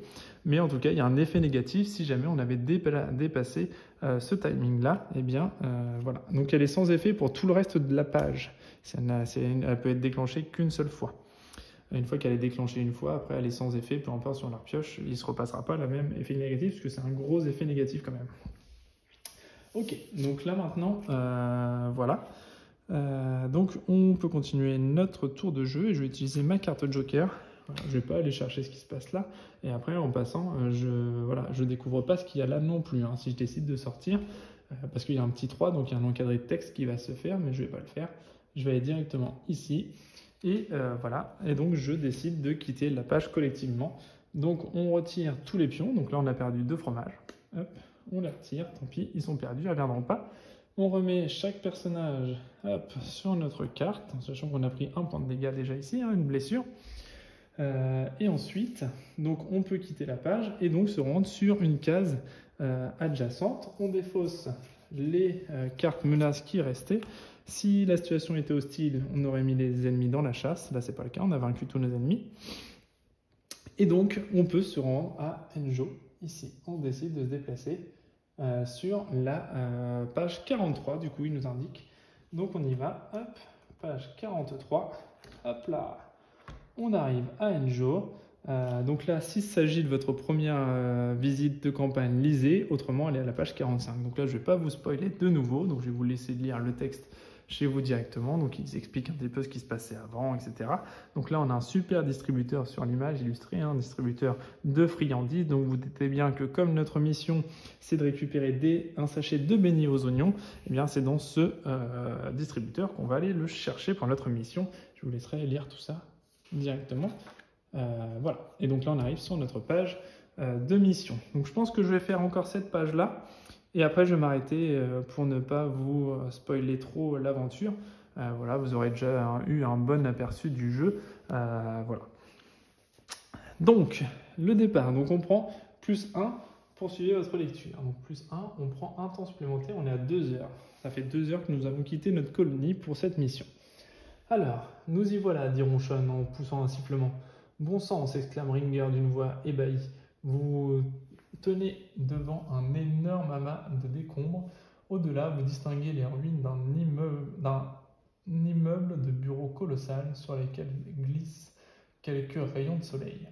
Au sommet du tas de gravats, votre œil est attiré par un distributeur automatique orné des lettres ENJO, visible de loin. Enjo, chuchote Mézi. Bon sang, répète Ringer. Mise en place. Donc on place les héros sur la case, évidemment, comme d'habitude. Hop, la petite case tout en bas, ici. Ok. Ensuite, on place les pions de furetage, hein, les petits pions loup. Hein. Donc on commence toujours par les pions de valeur 2. Hop. On se met les pions de valeur 2. On en a encore là. Un pion de valeur 2, un pion de valeur 2. Et quand on n'a plus de pions de valeur 2, comme c'est le cas actuellement, je prends un pion de valeur 3 au hasard. Et je viens de l'ajouter. Et dans les pages qui suivent, bien, on n'aura plus de pions de tout ça, parce que la page à chaque fois est liquidée, et on remet des nouveaux, donc de valeur 3 et 4. Donc évidemment, on va trouver des trucs plus intéressants à chaque fois que la valeur elle va être plus compliquée, mais ce sera aussi plus compliqué de les obtenir, puisque ce sont des valeurs de 3 ou 4 à chaque fois en furetage. Ok, donc on a mis tout ça. Ensuite, rencontre, piocher une carte rencontre. Donc, on pioche de nouveau une carte rencontre ici. Menace rampante. Donc là, situation hostile. Toc. Voilà. Je voudrais pas paraître spéciste, Grommel murmure, mais je hais vraiment les cafards. Mise en place, rencontre, un nombre de cafards égal au nombre de héros x 2. Ok. Donc là, on a encore... Donc là, la situation hostile rampante, on la défausse. Hein. Hop, ça, on les a vaincus tout à l'heure. Ouais, pas de butin. J'aurais bien aimé vous montrer une carte... J'aurais bien aimé vous montrer une carte justement qui soit pas hostile. Bon, de toute façon, voilà, après les cartes d'ici, hein, faut les tirer dans l'ordre au départ, hein, parce qu'en fait, ils vont demander d'en mettre en dessous du paquet. Donc, il y a un ordre bien spécifique à tirer au niveau de ce paquet-là. Donc, on y va. Hop, avec les cafards, tant pis, hein, je vous ai expliqué un petit peu le principe de pouvoir communiquer avec un monstre au cas où. Donc là, un nombre de cafards égal au nombre de héros x 2. Donc, de nouveau, les cafards. Moi ça m'embête un peu les cafards parce que on vient déjà de les faire, donc on va tricher peut-être un peu pour que vous ayez un aperçu plus complet du jeu. Je pense que je vais essayer de vous prendre parce que les cafards, on vient juste de les faire, les cafards. Menace rampante. Voilà, mais après c'est thématique, hein, c'est vraiment pour dire voilà, il y a un distributeur. Donc bon bah voilà, on va rester sur les cafards. Hop. Voilà, puis ça va pas trop vous spoiler comme ça sur les monstres ou des choses comme ça qui nous arrivent après. Donc le nombre de cafards, on l'a dit, égale au nombre de héros x 2. Ok, donc les cafards qui arrivent également hop, sur les monstres ici, c'est thématique, hein, c'est dans les décombres, on retrouve des cafards attirés par la nourriture également. Ok, très bien.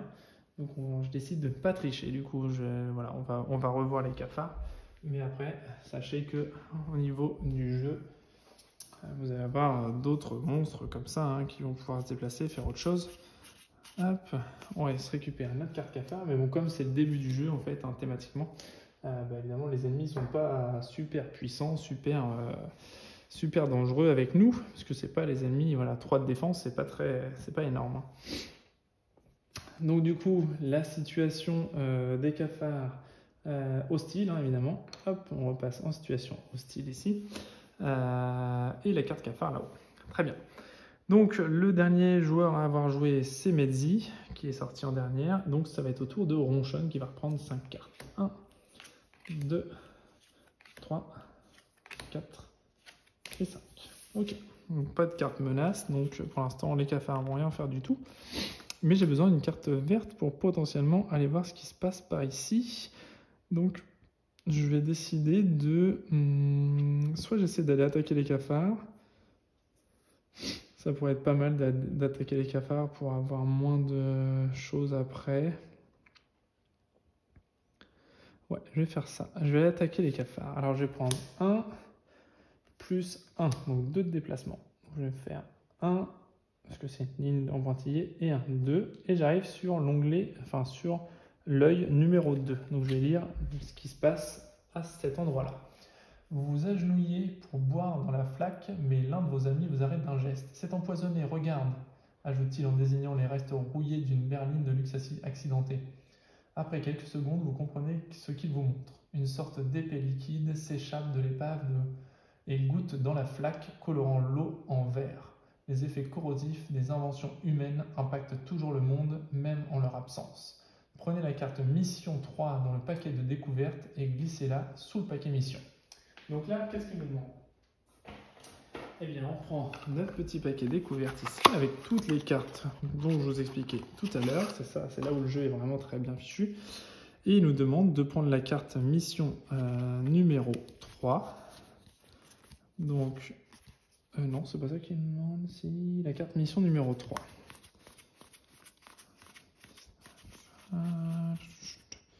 15, 7, 11...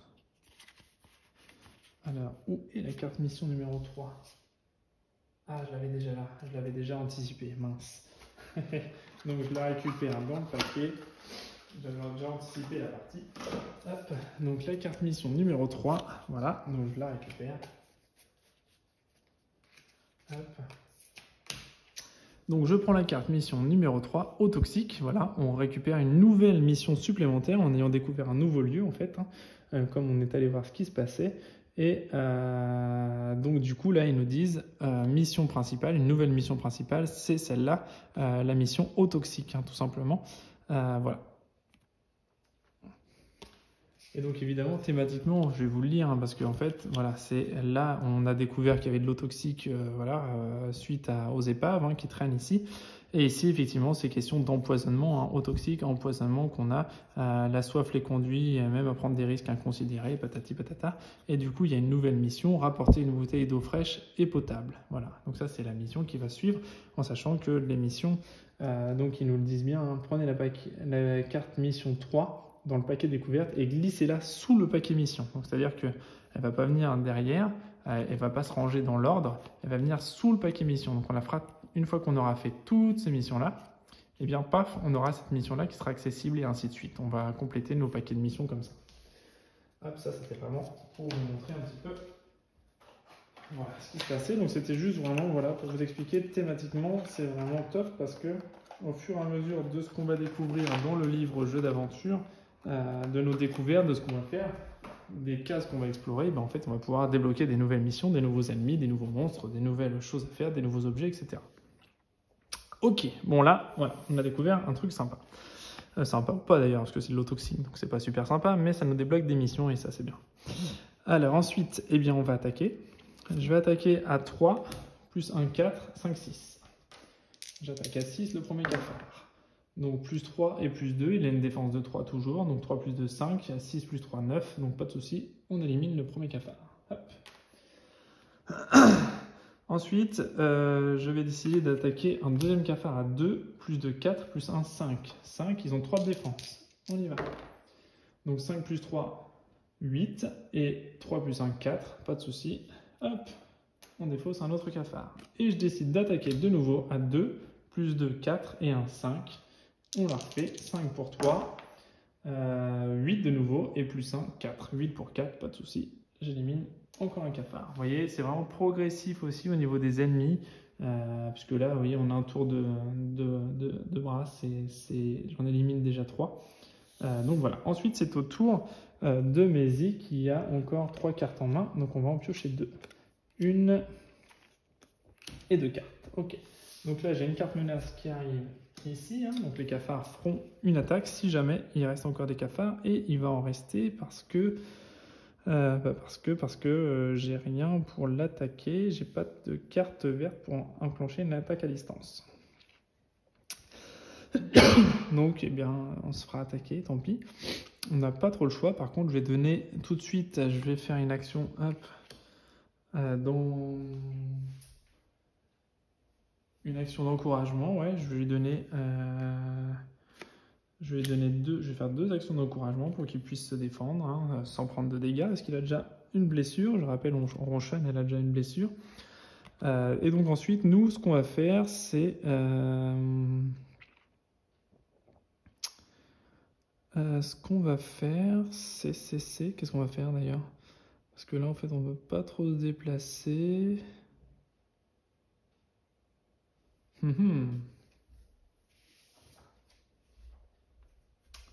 Qu'est-ce qu'on va décider de faire du coup?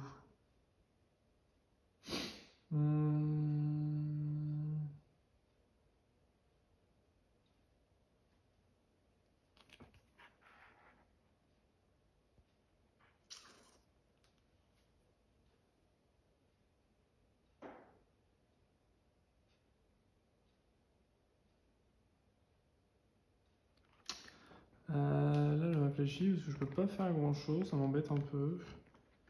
Ça m'embête un tout petit peu quand même.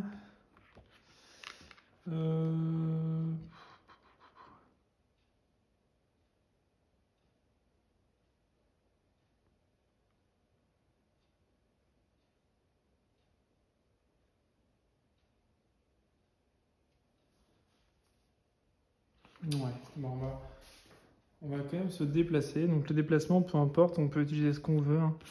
2 plus 1, 3. C'est la somme des valeurs qui va faire ça. 2 plus 1, 3, je vais me déplacer ici.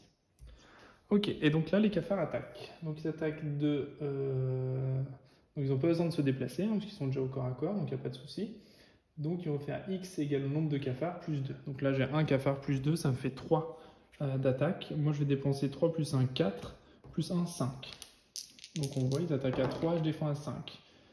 Donc ils attaquent à 3 plus 3, 6. Moi, 5 plus 2, 7. Donc pas de souci, je ne suis pas inquiété. Hop. J'élimine pas le cafard. J'élimine pas le cafard, mais en tout cas, je ne subis pas le dégât. Donc ça, c'est plutôt positif. Et je retire la carte menace. Mais il me reste toujours un cafard qui m'embête un peu. Et c'est le tour de Ronchon. 1. Donc, hop, on reprend le paquet principal. Et on remélange tout ça. Allez, on mélange tout ça. Donc 2, 3, 4 et 5. Ok, donc là pareil, de nouveau une carte menace. Donc le cafard fera encore un tour de jeu, sauf s'il est vaincu. Et je vais m'atteler à la tâche en assurant le coup. Parce que j'ai un plus 2, plus 1. Donc plus 2, plus 1, ça me fait plus 3. Donc je vais l'attaquer à 3. Je vais attaquer à 3 avec ma carte joker ici. Donc 3 plus 2 plus 1, ça fait 6. Avec une défense à 3 pour le cafard. 6 moins 2, j'attaque à 4. Et le cafard défend à 2. Donc il est éliminé. Hop, la situation redevient calme. Et sa carte ainsi que la carte menace s'en va. Et il n'y aura pas d'attaque sur ce tour-ci. Ensuite, ce qu'on va faire, c'est qu'on va...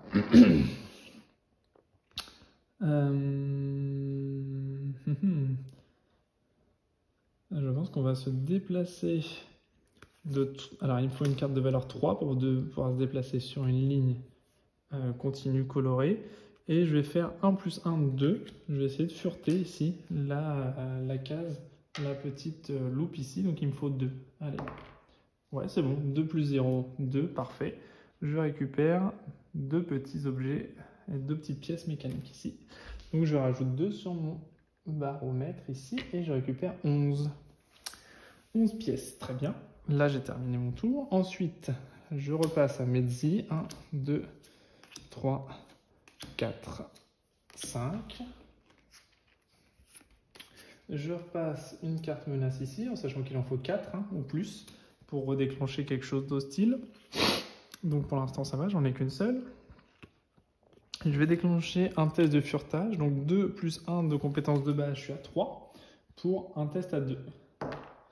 3 moins 2, 1. Donc j'échoue mon test, donc je ne découvre rien. C'est pas de chance. Qu'est-ce que je vais pouvoir faire?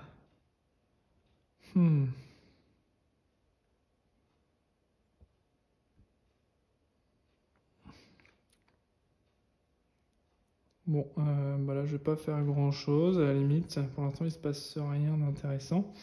Je vais me déplacer, tant pis, je vais me déplacer de 1, je vais aller voir ce qui se passe ici, j'ai un petit 3 avec une lecture. S'il s'agit de votre première visite de campagne sur cette page, allez à la section 45.6. Donc là ils me disent 45.6. Vous vous plaquez sur le ventre contre la solide dalle froide. Retenant votre souffle, vous risquez un coup d'œil par-dessus les gravats. Grâce à votre position privilégiée, vous repérez un régiment de geekos juste au-dessus. Comme s'ils s'apprêtaient à une battue, les sauriens bien armés et organisés se faufilent à travers la zone sinistrée. Après ce qui vous semble des heures, ils finissent par disparaître à l'horizon. Plus 1, prenez la carte rencontre 12 dans le paquet de découverte et glissez-la sous le paquet rencontre. Donc là, plus 1 au niveau des indices. Donc là, on découvre quelque chose par rapport à nos amis disparus. Et on va aller chercher la carte 12 dans le paquet découverte. Donc c'est là, on voit, voilà, on a découvert des ennemis. Et donc, ils nous disent d'aller chercher la carte rencontre. Donc les cartes rencontre, c'est les cartes avec le dos en point d'interrogation. Et ils nous demandent d'aller chercher la carte rencontre numéro 12. Donc là, carte donc dans le paquet découverte, voilà, il y aura tout ça à découvrir. Les sorts des lézards, on prend la carte numéro 12 et on la met tout en dessous du paquet de rencontre directement. Voilà, c'est chose faite. Très bien, donc là il nous reste encore potentiellement 2 actions. Je pense que je vais refaire... je vais me redéplacer sur la case numéro 1 ici. Alors, ça me dit, Ringer est contrarié. Et maintenant, comment allons-nous entrer? Ronchonne nettoie une portion de vitre d'un coup de patte et vous pressez vos visages poilus contre le plexiglas pour observer les friandises de l'autre côté. Regardez, on dirait des chips cric-croc au fromage. Et là, ne serait-ce pas un sachet de beignets d'oignons? Queen Maisie, même Ronchonne, qui préfère pourtant les légumes, ne dirait pas non à 1 ou 2 biscuits. Vous palpez frénétiquement la machine, vous trouvez un moyen d'entrer et d'y pénétrer, mais la seule ouverture est enfouie sous les gravats. Excusez-moi. Alors, si vous êtes en train d'accomplir la mission 1, c'est chose, oui, effectivement, allez à la section 45.2. Section 45.2, déplacer les décombres nécessite d'accomplir une tâche de groupe de force, difficulté 10. Seuls les héros sur la case 1 peuvent y contribuer. Ok, donc là ils nous disent, pour déplacer tout ça, voilà, et ensuite, si on a réussi, on ira l'encadrer juste en dessous. Ok, donc là, on a un test de force à réaliser de niveau 10. Donc moi, je vais finir par donner la force à mon ami Ronchonne, qui a des bonus de force associés à tout ça. Donc c'est plutôt intéressant de lui donner, encore qu'un test de compétence, ça peut aller. Je dépense mon point, donc j'y vais. Je vais pas faire de... Je vais y aller moi-même. Donc 1 plus ou moins 1, 0. Ok, je réussis à rien du tout dans ma tâche de groupe qui est répertoriée par ça. Il me faut une réussite de 10. Donc là, j'ai rien réussi à faire. Ensuite, au tour de ronchonne. 2, 3, 4 et 5. Je mets une deuxième carte menace. Donc là, qu'est-ce que je vais pouvoir faire? Je vais me déplacer de 2. Donc je vais arriver ici. Et ensuite, je vais pouvoir... Qu'est-ce que je vais pouvoir faire? Me déplacer encore de 2 plus 1. Ouais, je vais me déplacer. 2 plus 1, 3 pour me déplacer. Je dois traverser une ligne colorée. Je me déplace ici et je réalise un test de force de 1 plus 2, 3. Donc j'ai 3 en force. Allez. 3 plus 3, 6. Super, un beau lancer. Donc en tâche de groupe, on est à 6. Il faut qu'on ait une réussite à 10. Autour de mes i. 1, 2, 3, 4, 5. Ok. Donc 5. Qu'est-ce que je vais pouvoir faire? Un test de force. J'ai 1 encore de force. Je la retente. 1 de force, on lance le dé. Allez. Plus 2, donc ça fait 1 plus 2, 3.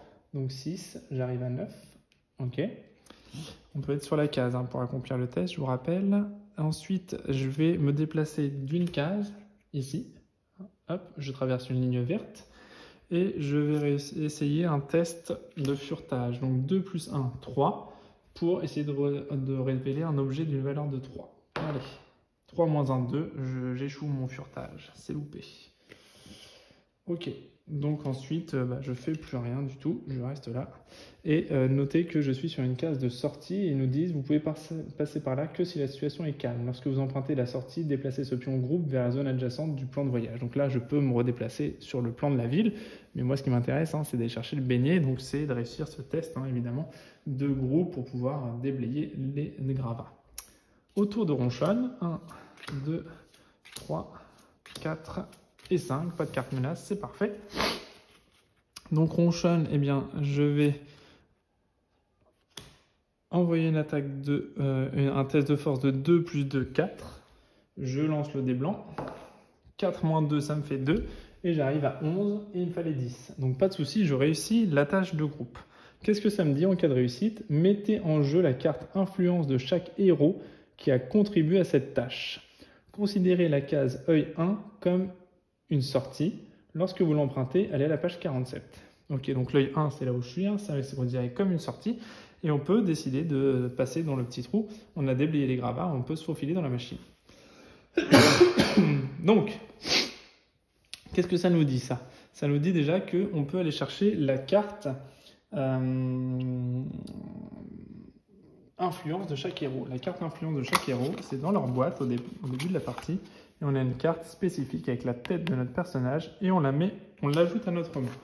À chaque héros qui a participé à la tâche, pas forcément qui est actuellement sur la carte héros de Mehdi.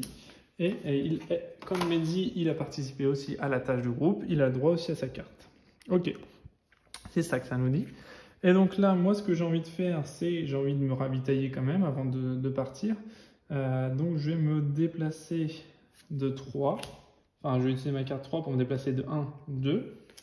Et je vais tenter une action de furetage 1 plus 2, 3. Je tente pour une valeur de 2. 3 plus 3, ok, je réussis. Et je récupère une pile. Allez, hop, une pile. Les piles, ça sert, hop. Donc je récupère une petite pile. Hop, sur ronchonne, ok.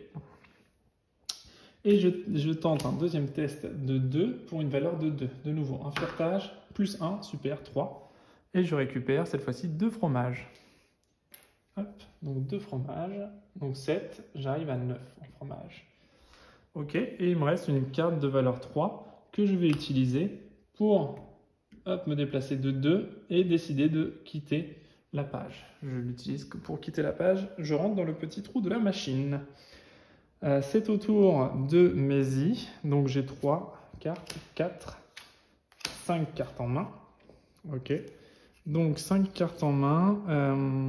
Voilà, je vais décider de me sauver.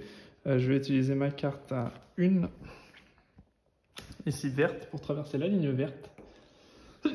Et je vais décider de quitter le plan. Tant pis pour les 2 objets, je n'avais pas de carte et j'ai pas envie de reprendre des cartes menaces. Donc bah, tant pis pour ça. Donc je perds 2 fromages ici, et ici il y avait 3 pièces détachées. Ok, ah, tant pis, ils sont perdus. Et donc une fois qu'on est parti, hop, on récupère nos 2 personnages, on enlève les cartes menaces présentes actuellement, et enfin, ils nous disent donc, une fois qu'on a réussi, on passe à la page 47. Donc, page 47, voilà. Donc, on arrive à s'introduire dans la machine. Et donc, de nouveau, une nouvelle mise en place avec des règles spéciales, etc., etc., etc., etc. Donc, je vais m'arrêter là, moi, pour la vidéo, parce que je veux pas vous... Vraiment, je tiens... je le répète, j'ai pas envie de vous spoiler parce que c'est un jeu d'aventure avant tout, et voilà, c'est vraiment un jeu livre d'aventure, donc c'est vraiment, voilà, le sens livre a vraiment toute sa place puisque bah, c'est un gros bouquin, on a l'aire de jeu à gauche et l'aire de voilà, de liste d'histoire à droite qui est vraiment très très importante parce que vous voyez, il y a beaucoup de textes à lire, voilà, c'est vraiment un bon compromis entre les deux. Il y a beaucoup de choses à lire, mais il y a aussi beaucoup d'actions et d'interactions.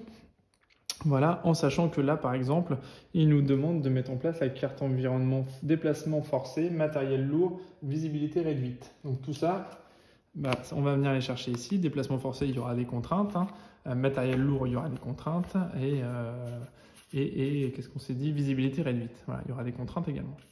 Voilà, donc ça va venir évidemment enrichir le jeu et puis poser des conditions différentes en fonction de ce qu'on a.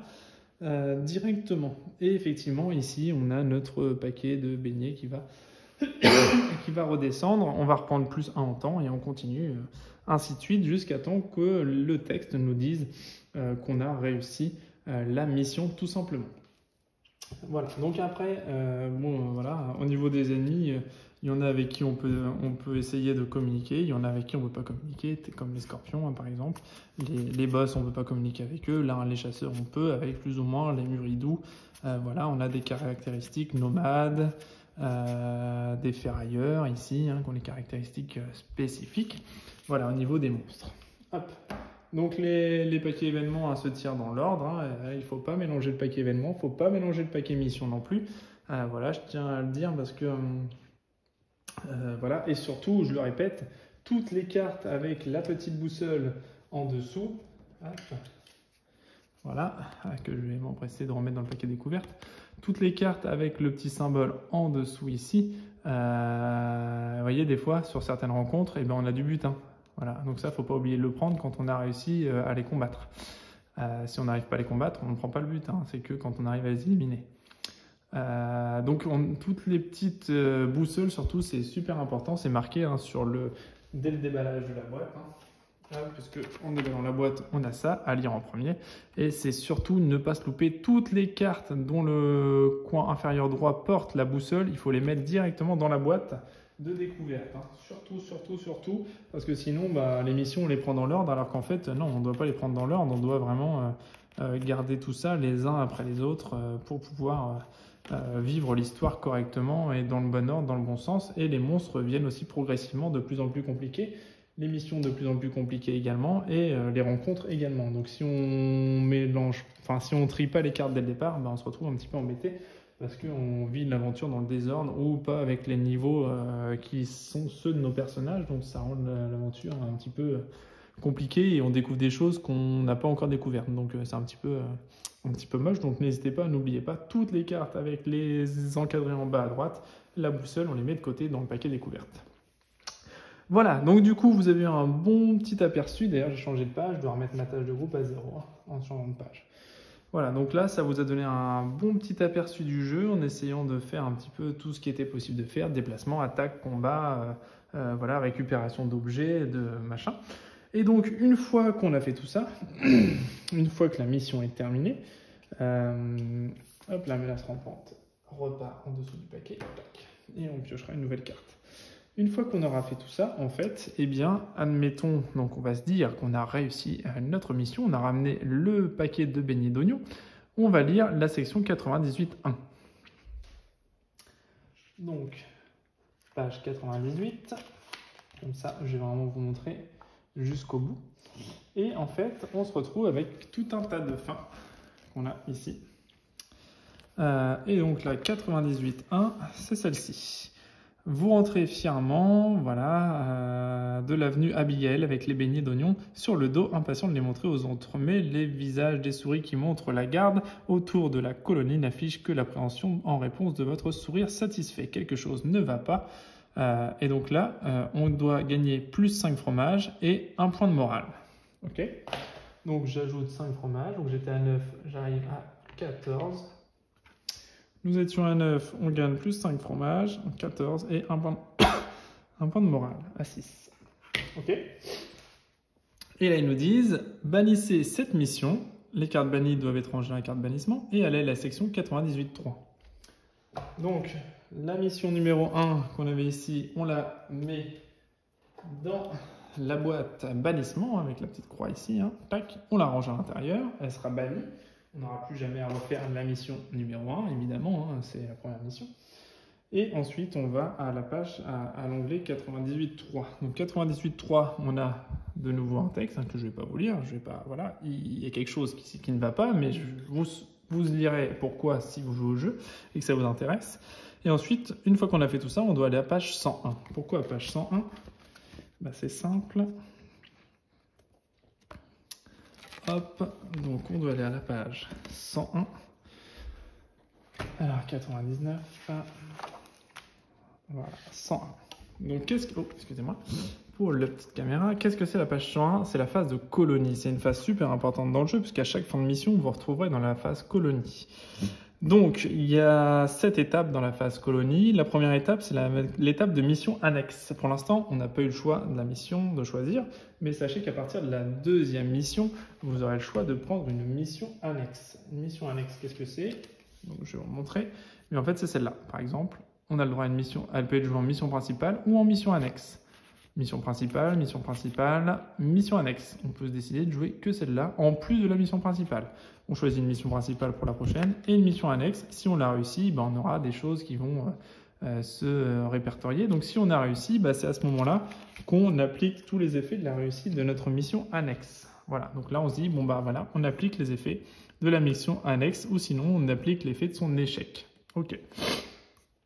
En deuxième étape, si on a augmenté le cadran clé de 1 pendant cette mission, on doit lire l'entrée de la page 102, qui correspond à la valeur actuelle du cadran. Une fois que les 8 entrées ont été lues au cours d'une campagne, bannissez les pions découvertes assortis d'une récompense clé. Tout simplement, hein, parce que là, évidemment, il y a des pions avec la récompense clé. Voilà, comme ici, par exemple. Tac, c'est un pion niveau 3 avec une clé. Donc ça nous permet de découvrir un indice également, autre que pendant le jeu.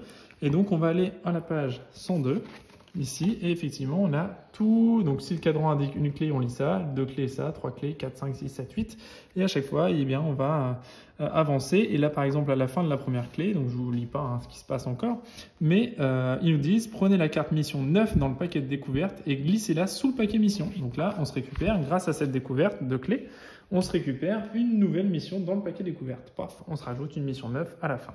Donc, ça va venir enrichir évidemment notre deck de mission. Au départ on n'a que ça et puis après pouf, on va en ajouter au fur et à mesure qu'on découvre des choses, on va se rajouter des missions. Ok, ensuite étape d'événement. Donc tant que les héros sont en mission, la colonie est vulnérable. Donc ils nous disent de soustraire le temps alloué par notre carte mission à la valeur actuelle du cadran. C'est votre baromètre de campagne, hein. La différence représente le nombre d'événements qui surviennent dans la colonie pendant que vous êtes occupé au loin. Donc comment ça se passe ? En fait, on va prendre ici notre baromètre de temps et admettons qu'on ait mis 4 heures pour faire la mission. La mission nous disait ici, on a 5 heures pour réussir la mission, sans effets néfastes. Donc si on a 4 heures, pas de souci, il n'y a pas d'effets néfastes qui se produisent. Si on a 5 heures, pas de souci non plus, on avait 5 heures, donc on est pile poil, on est revenu pile à temps avant qu'il se passe quoi que ce soit dans la colonie, on n'est pas parti trop longtemps. Par contre, si, admettons, on part 7 heures au lieu de 5, eh bien dans ce cas-là, on va piocher ici, donc le nombre de cartes rencontres, donc la différence entre les deux. Donc là, on avait 5 heures, on a fait 7 heures, donc on doit piocher 2 cartes rencontres, donc 1 et 2. Et on va appliquer leurs effets. Comment on applique leurs effets ? C'est simple. On va aller à la page 103, la page qui suit ici, étape d'événement. Et on va prendre le numéro de la carte. Donc carte 4 et carte 6. Voilà, c'est les deux cartes qui vont nous impacter. Donc carte 4, ils nous disent aujourd'hui, certains genoux se sont fait piquer pendant qu'ils jouaient dans l'avant-cour. La population a peur et certains citoyens sont très inquiets et ont déjà commencé à faire leurs valises. Donc l'attaque nous provoque la perte d'un habitant.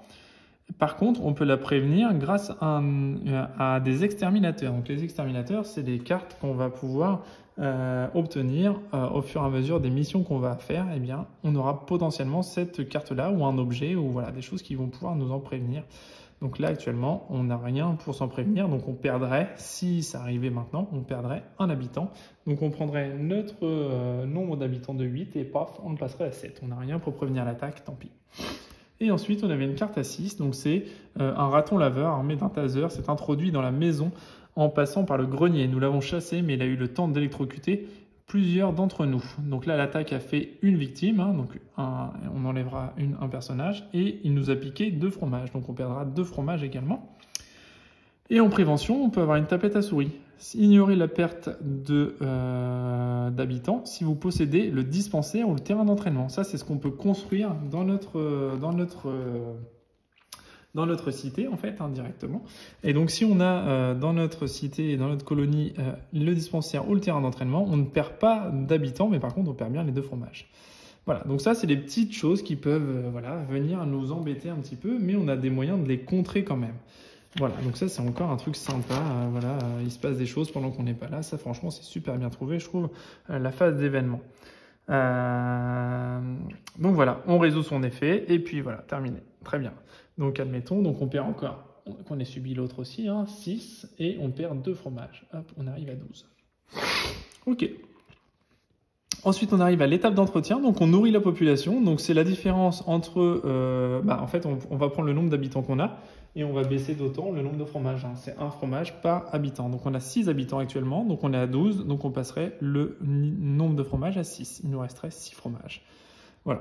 Si on passe en dessous de 0, eh bien on peut compenser chaque fromage par un point de morale, et une fois qu'on a fini tout ça, eh bien qu'est-ce qui se passe? Eh bien tout simplement, si, admettons, on était à 0, tac, et qu'on ait 6 populations à nourrir, eh bien on perdrait nos 6 points de morale. Pouf, on arriverait à 0. Tout simplement. Mais on peut compenser encore avec ça. Mais voilà, dans l'idéal, c'est d'aller fureter des fromages rapidement. Et on a des missions qui nous permettent, notamment une mission qu'on peut utiliser en principal ou en annexe, qui nous fait rattraper du fromage à outrance pour pouvoir, à outrance non, pas forcément, mais en tout cas pour pouvoir compenser à ces pertes-là. Donc il faut réussir à jongler entre la population, la nourriture, etc. Donc faut bien doser l'équilibre. Ensuite, on passe à l'étape de construction. Donc la page 104 liste les structures de la colonie et on peut utiliser donc des pièces mécaniques pour pouvoir construire des choses de notre colonie. Donc la page 104, c'est celle après la page d'événements. Et donc là, effectivement, on va avoir tout ce qu'on peut construire dans notre colonie. Une tribune publique, ça nous coûte 10 pièces détachées. Et dès que la tribune publique est construite, on gagne un moral de plus 2. Un dispensaire, le fameux, tout à l'heure, justement, qui nous évitait de prendre un mort, de nous éviter de tuer un habitant de notre colonie. Donc ça nous coûte 10 pièces détachées. Et dès que le dispensaire est construit, on peut choisir une nouvelle capacité pour murmure. Donc là, je ne l'ai pas pris le personnage, mais c'est possible de le faire. Et donc tout ça, ça va venir avec, dans le paquet découverte, le paquet découverte que j'ai mis juste ici, voilà. Et donc tout ça, on va l'avoir ici. Voilà, les extensions, un nid, un dispensaire. Donc là, on a, de l'autre côté, hop, la petite illustration. Et de l'autre côté, on a le dispensaire avec le coût et le bonus que ça nous implique. Et tout ça, si on le construit, donc ça nous coûte 10 pièces détachées. Donc là, on peut le faire. Le temps qu'on fasse ça, un dispensaire. On a 11 pièces détachées actuellement. Donc on va réduire notre cadran à 1 pièce détachée en construisant le dispensaire. Et le dispensaire, on va venir le mettre dans notre boîte de colonie. Et ici, on va intégrer tout ce qu'il y a à rajouter dans notre paquet colonie. Bien, on va l'ajouter à tout ça. Ça nous donnera des bonus. Des choses pour éviter d'être attaqué, des choses comme ça. Tout ça, on va continuer à l'accumuler dans notre dispensaire. Et c'est ce qui va faire qu'on va pouvoir améliorer notre village directement. Voilà. Hop. Ça, ce sont les cartes qui peuvent venir agrémenter notre partie. Voilà, hop, le dispensaire. Et donc ça va faire qu'on va construire notre colonie, sera de plus en plus évoluée et on aura de plus en plus d'avancées technologiques, des choses sympas, des nouveaux objets, etc. etc. Hop, et surtout, comment remporter la campagne? Eh bien en fait on remporte la campagne une fois qu'on a réussi les 4 objectifs de nos personnages. Donc en fait lui, l'objectif de lui, c'est de construire un jardin. Voilà, donc il va falloir faire des choses pour pouvoir construire un jardin, ça va pas se faire en 5 minutes. Hein. L'objectif de lui, j'arrête pas de dire lui, mais c'est elle, hein, c'est Ronchon, c'est une fille, c'est une femelle. Ensuite, on a Mézi, donc c'est un mâle, souris. Donc lui, son objectif, c'est d'avoir banni la mission 11 et ranger au moins 2 cartes alliance dans la boîte réserve de la colonie. Donc ça va se faire au fur et à mesure. Et les 2 autres personnages ont d'autres objectifs que je vous laisserai découvrir directement. Voilà, une fois que l'objectif des 4 personnages est accompli et que nous ne sommes pas morts, eh bien, on va gagner la campagne, tout simplement. Mais bon, pour ceci, c'est quelques heures de jeu quand même. Hein. Voilà. Ensuite, donc l'étape de construction, l'étape de victoire. Si vous avez atteint l'objectif personnel de 4 héros, vous remportez la campagne. Continuez de jouer si vous souhaitez accomplir d'autres missions restantes ou réinstaller le jeu pour commencer une nouvelle campagne. Donc voilà, donc on a quand même la possibilité de réinstaller le jeu pour faire vraiment toutes les missions si on a envie de le faire, mais normalement, dès que les 4 héros ont atteint leur objectif principal, et bien dans ce cas-là, la partie s'arrête immédiatement. Enfin, la campagne, en tout cas, est clôturée et c'est une victoire de campagne. Mais on peut quand même continuer, juste pour le fun, à découvrir les autres missions qui sont très sympathiques aussi, sans objectif en particulier, bien que chaque mission possède un objectif principal qu'il faut réussir, donc ça mène quand même du challenge.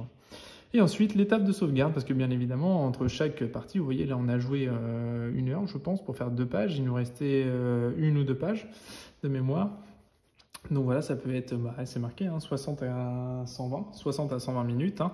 Voilà, en plus là je connais bien le jeu, etc. Mais il suffit qu'on mette le nez un peu dans les règles ou quoi que ce soit. C'est pas forcément, ça peut prendre un petit peu plus de temps. Donc là on remet le baromètre de campagne dans la boîte sans modifier la valeur des cadrans. Donc voilà, donc du coup, le baromètre de campagne, on ne bouge pas du tout la valeur des cadrans, on laisse tout tel quel. En début de partie, ils vous demanderont de remettre le temps à 0. Et voilà, le reste, ça restera tel quel. Si ce n'est que le temps qui pourra bouger, mais c'est tout. Ensuite, on doit défausser tous les pions piles posés sur les objets équipés. Donc, qu'est-ce que c'est? En fait, c'est les petites piles qu'on a juste ici. En fait, ça va nous servir pour utiliser certains objets à un moment donné, dans le paquet des objets. Et effectivement, ça va nous servir à ça directement. Donc, si on en a utilisé, on va pouvoir les défausser. On va devoir les défausser à la fin de notre partie. Ensuite, chaque joueur range les pions piles inutilisés. Donc, si on ne les a pas utilisés, on les garde dans notre boîte héros. Les cartes influence, les objets de départ, les capacités dans la boîte individuelle de son héros. Donc, on met tout dans la boîte directement au niveau de ce qui nous reste en équipement. Ensuite, on range dans la boîte réserve de la colonie tous les autres objets qu'on avait équipés, transportés dans le sac à dos de nos héros, hein, si on a récupéré d'autres choses, comme là, lui, il a récupéré une pile, il peut se la récupérer. Mais si on avait trouvé des objets, etc., là, dans les objets brisés, on les met dans le paquet colonie. Et on range tout ça dans la réserve de colonie, même si on a construit quelque chose de la colonie, hop, on met aussi dans la réserve de colonie. Et ensuite, on glisse chaque autre paquet de cartes dans un paquet plastique distinct.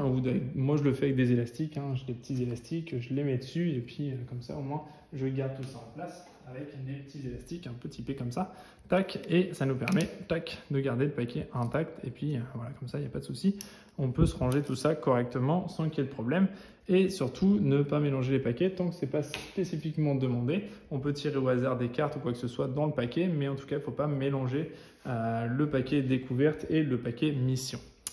Voilà, donc on a fait le tour du jeu pour aujourd'hui. Hein. Là, pour le jeu, on a vraiment découvert toutes les mécaniques du jeu.